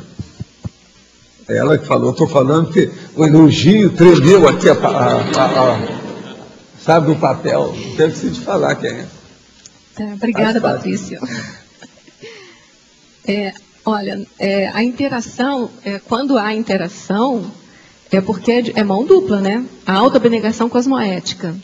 Na medida em que você faz esse exercício de ter autoabnegação e positivamente, sadiamente, você vai ampliando o seu mega discernimento lúcido, né? A princípio, o mega discernimento é a decisão de você saber o que escolher em decisões grandiosas, né? E de uma maneira bem lúcida. E ao contrário também. Na medida que você vai desenvolvendo o seu discernimento de uma maneira lúcida, você vai aumentando a sua capacidade de ser autoabnegada de uma maneira sadia. Então, aí a interação, para mim, é de mão dupla. Não sei se eu respondi. Como foi comentado sobre pessoas cegas, qual seria o processo de um cego clarividente? Ele teria como ver a dimensão intrafísica através da clarividência ou somente a dimensão extrafísica? Não, aí varia de cego para cego. Depende da amaurose, o nível da cegueira, quando foi que ele ficou cego, se ele já nasceu cego, se ficou cego depois, de que modo que é e as percepções que ele tem. Por exemplo, se pegar uma pessoa que ficou cega na meia-idade e ela já tinha sensibilidade parapsíquica, ela continua com todos os processos de alto nível. Se a pessoa nasceu cega e ela vai arranjando um jeito de ver com o tempo, ela começa a ver pequenas sombras e coisas que passam na frente dela, como se fosse um movimento, sabe, de situações. Agora, com o passar do tempo, essa pessoa que vê as sombras pode sair do corpo, aí ele começa a ver as coisas do jeito que ele era como consciente. Aí ele pode recobrar extrafisicamente toda a visão dele. Tinha, inclusive, um grande cara no Rio de Janeiro que durante muitos anos estudou isso tudo. Ele era cego desse jeito. Depois ele começou a trabalhar para os cegos a partir disso. Ele conseguia sair fora do corpo. Eu encontrei e fiz projeções encontrando com gente que era cego fora do corpo. Esses, então, tinham noção do processo. E quando vinha para cá, às vezes, eles começavam a ter o aumento, a expansão, a profundidade, o aperfeiçoamento da sensação dele, mesmo dentro da cegueira absoluta. Então, isso tudo pode ocorrer, mas cada caso tem que ser estudado de per si. Agora, a maioria começa a ver como se fossem pequenas sombras, assim, e vão passando. Começa por aí. Se ele viu alguma coisa que movimentou, sendo que ele sempre foi cego, isso é o processo da clarividência. E isso pode ocorrer com o cego. Agora, no meio desse cego que eu trabalhei, tinha muita gente que se transformou com o tempo em sensitivo, trabalhou com isso. Alguns deles eram grandes médicos psicofônicos. E se viam com cegos, falavam através dele, tudo sério, alto nível e tal. Então, depende de cada personalidade. Professor. Tem que ver. Sim. No final da letra B aqui em cima, na página 103, é o item legislogia. É o primeiro item logo, a lei da generalização da experiência. Você quer falar aí, por favor? Dona Rosa vai atender. Pode falar, depois eu faço a pergunta. Então, essa lei aí da generalização da experiência, para mim, é o ponto forte aqui desse verbete mesmo. Porque é o seguinte, quando eu comecei a fazer esse verbete, eu queria assim, trazer esse verbete, que era a representação do serenão para a vida nossa, da prática nossa, né? Como é que a gente poderia aprender, né, com esse verbete. E aí essa lei aqui diz o seguinte: se você tem uma consciência, ou várias consciências que eu cito aqui na masculinologia e na feminologia, que conseguiram chegar no serenismo, é que todos nós vamos conseguir também. Basta você ter persistência, coragem evolutiva, enfim. Então, essa lei da generalização significa isso. Se um conseguiu atingir aquele ponto, todos nós somos capazes de conseguir. Entendi. Que eu acho que é a base desse verbete aí. Entendi. Quer dizer, se ele passou pela experiência e chegou lá, então a gente tem condições. Eu estava pensando que era sobre... Nós temos várias experiências, mas não é esse o sentido, né? Oi? A lei da generalização, não é? Ok. Obrigado. O que mais vocês têm aí? Quem é que está com o microfone? Como é que está a situação? O caso é o seguinte, esse verbete dela chamou atenção também. Eu já atendi, só o povo de fora, são 32 perguntas até agora. É um bocado. Às vezes aqui o máximo que vai a 40, 42, é o máximo. Isso aí já está bem alto. Dá tempo ainda de fazer a última. A polinomiologia, página 103, esse primeiro polinômio. Eu queria saber a questão da permanência, porque infinitude, a permanência, eu estou em dúvida do que seria essa permanência. Então, o polinômio infinitude, substancialidade, permanência e evolutividade. A infinitude é grande extensão, é uma coisa grandiosa. Substancialidade é a essência da consciência. A permanência é a persistência, a constância.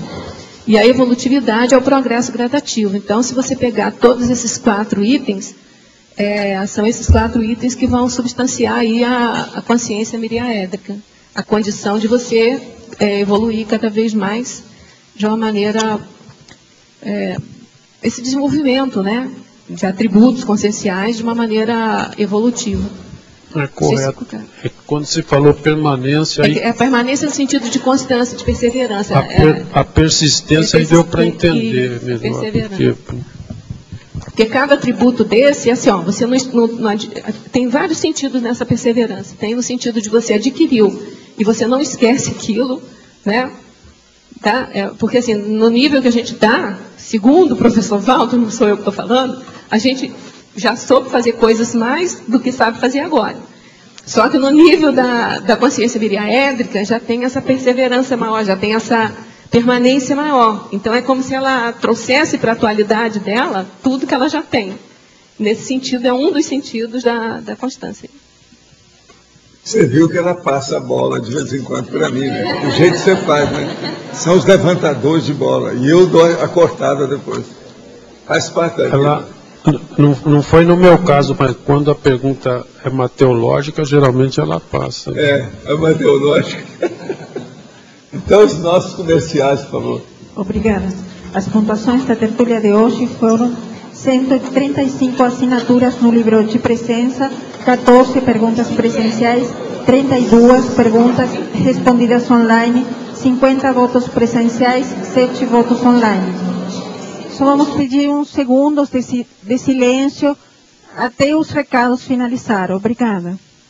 Hoje vamos ter 4 recados. William, Semana da Reeducação, da Reaprendência, Ivo, Ação em Saúde, Will, Cursos Apex, Érica, Revegetação. E antes, gostamos de pedir a colaboração de todos. As muretas dos setores B foram já limpadas, vão ser limpadas do setor A, para, por favor, vocês colaborem para tentar manter limpo o tertuliário. Sim? Obrigada. Antes, o Eduardo vai falar sobre Amigos da Enciclopédia. Pessoal, boa tarde a todos. Nós ontem tivemos uma notícia lá com relação ao nosso site, né, o novo site do programa Amigos da Enciclopédia. Em função dos atrasos decorrentes do processo do Mastercard, nós devemos lançar o site com as opções de Visa e Amex, enquanto o Master não fica pronto, tá? Isso deve acontecer nesses próximos dias. Então, esse será um retorno nosso aqui com vocês. O sistema foi testado, está funcionando, né, está tudo certo. e em breve a gente vai lançar aqui publicamente. O outro recado é em relação aos kits dos 8 volumes, os primeiros 8 volumes da enciclopédia da Conscienciologia. Nós já temos um preço inicial, um preço básico, que é R$ 700, é um preço de custo, tá? E estamos aguardando agora um segundo orçamento. Tá? Nós temos aqui 90 pessoas que deixaram o seu nome e telefone para contato. Assim que nós tivermos esse segundo preço, nós vamos trazer a público aqui, e quem está levantando isso é o pessoal da Editares. Então, assim que a Editares passar esse valor para nós vamos divulgar para vocês. A nossa ideia não é ter nenhum tipo de lucro ou colocar nenhum valor acima do valor de custo. Tá? Nós vamos repassar o valor de custo da enciclopédia para vocês. E esse primeiro valor, elaborado aqui no Holociclo, né, papel, toner, feito aqui, made in house, né, R$ 700. E agora estamos aguardando o preço, no caso da gráfica, através da Editares. Mais informações a gente passa para vocês. Obrigado. Pessoal, boa tarde. Nós gostaríamos de convidar todos aqui os presentes, o pessoal que nos acompanha agora pela internet. Pode pegar aqui, Eduardo. O pessoal que nos acompanha pela internet também, para participar da primeira semana da Reeducação Consciencial. É um evento promovido pela Reaprendência. Nós temos folders que podem ser pegos por vocês agora na saída aqui da tertúlia, depois da recepção do CIAEC. E o pessoal que nos acompanha online podem acessar o site da Reaprendência, que é o www.reaprendência.org.br. Reaprendência se escreve com T. Pessoal, vou destacar hoje 2 atividades gratuitas que vão acontecer durante a Semana da Reeducação. A palestra Mecanismos da Aprendizagem Cognitiva, Comportamental e Evolutiva, com o professor Rion Braga. E também a palestra do professor Munir Base, a transição da heurística para a argumentação ética. Para quem não sabe, a heurística é aquela argumentação do filósofo sofista que nem sempre está comprometido com a verdade, mas que muitas vezes quer ganhar aquele debate. Também o curso do dia 16 de outubro é um curso do professor Marcelo da Luz, Descrenciologia como processo de reaprendência. Nesse curso, a partir do princípio da descrença, o professor propõe a profilaxia dos mecanismos de falaciologia, o anti-universalismo, a terceirização das escolhas existenciais e a manipulação consciencial que podem ocorrer, às vezes, no contexto também da docência. Estão todos convidados. Não percam, a Semana da Reeducação está excelente. Obrigado.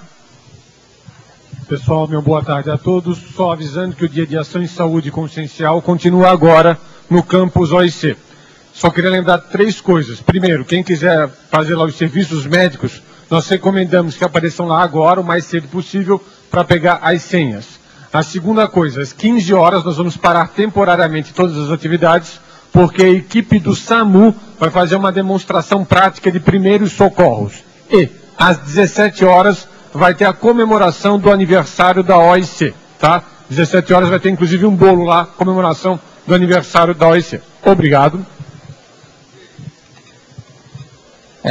Gostaria de estar convidando a participação do curso da Apex, o curso Introdução à Programação Existencial, que é um curso que está sendo ofertado na modalidade de ensino à distância.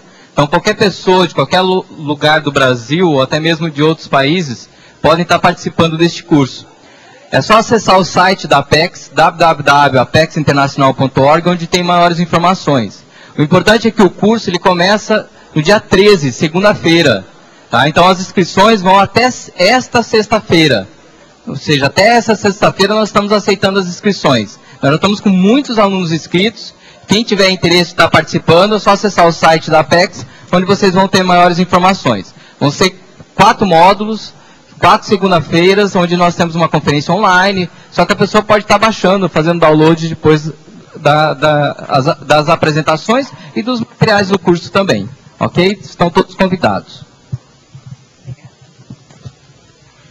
Pessoal, a chamada de novo é para a revegetação da mata ciliar.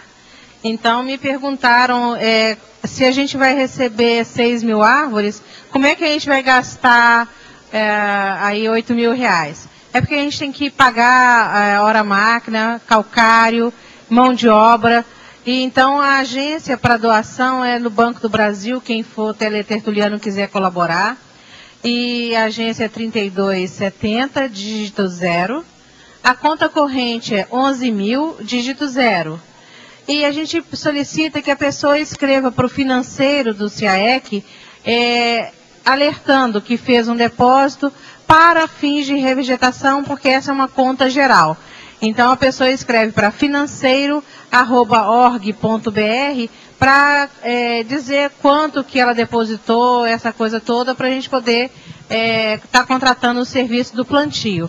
Em breve a gente volta aqui, porque em uma semana ou duas no máximo, nós vamos estar plantando no mínimo 3.000 árvores por final de semana. A gente agradece, se alguém quiser participar da empreita do trabalho, é muito bem-vindo. Obrigada. O verbete eleito para amanhã é consciencioterapeuta, especialidade consciencioterapia, autora Fátima Soares. Obrigada e boa tarde a todos.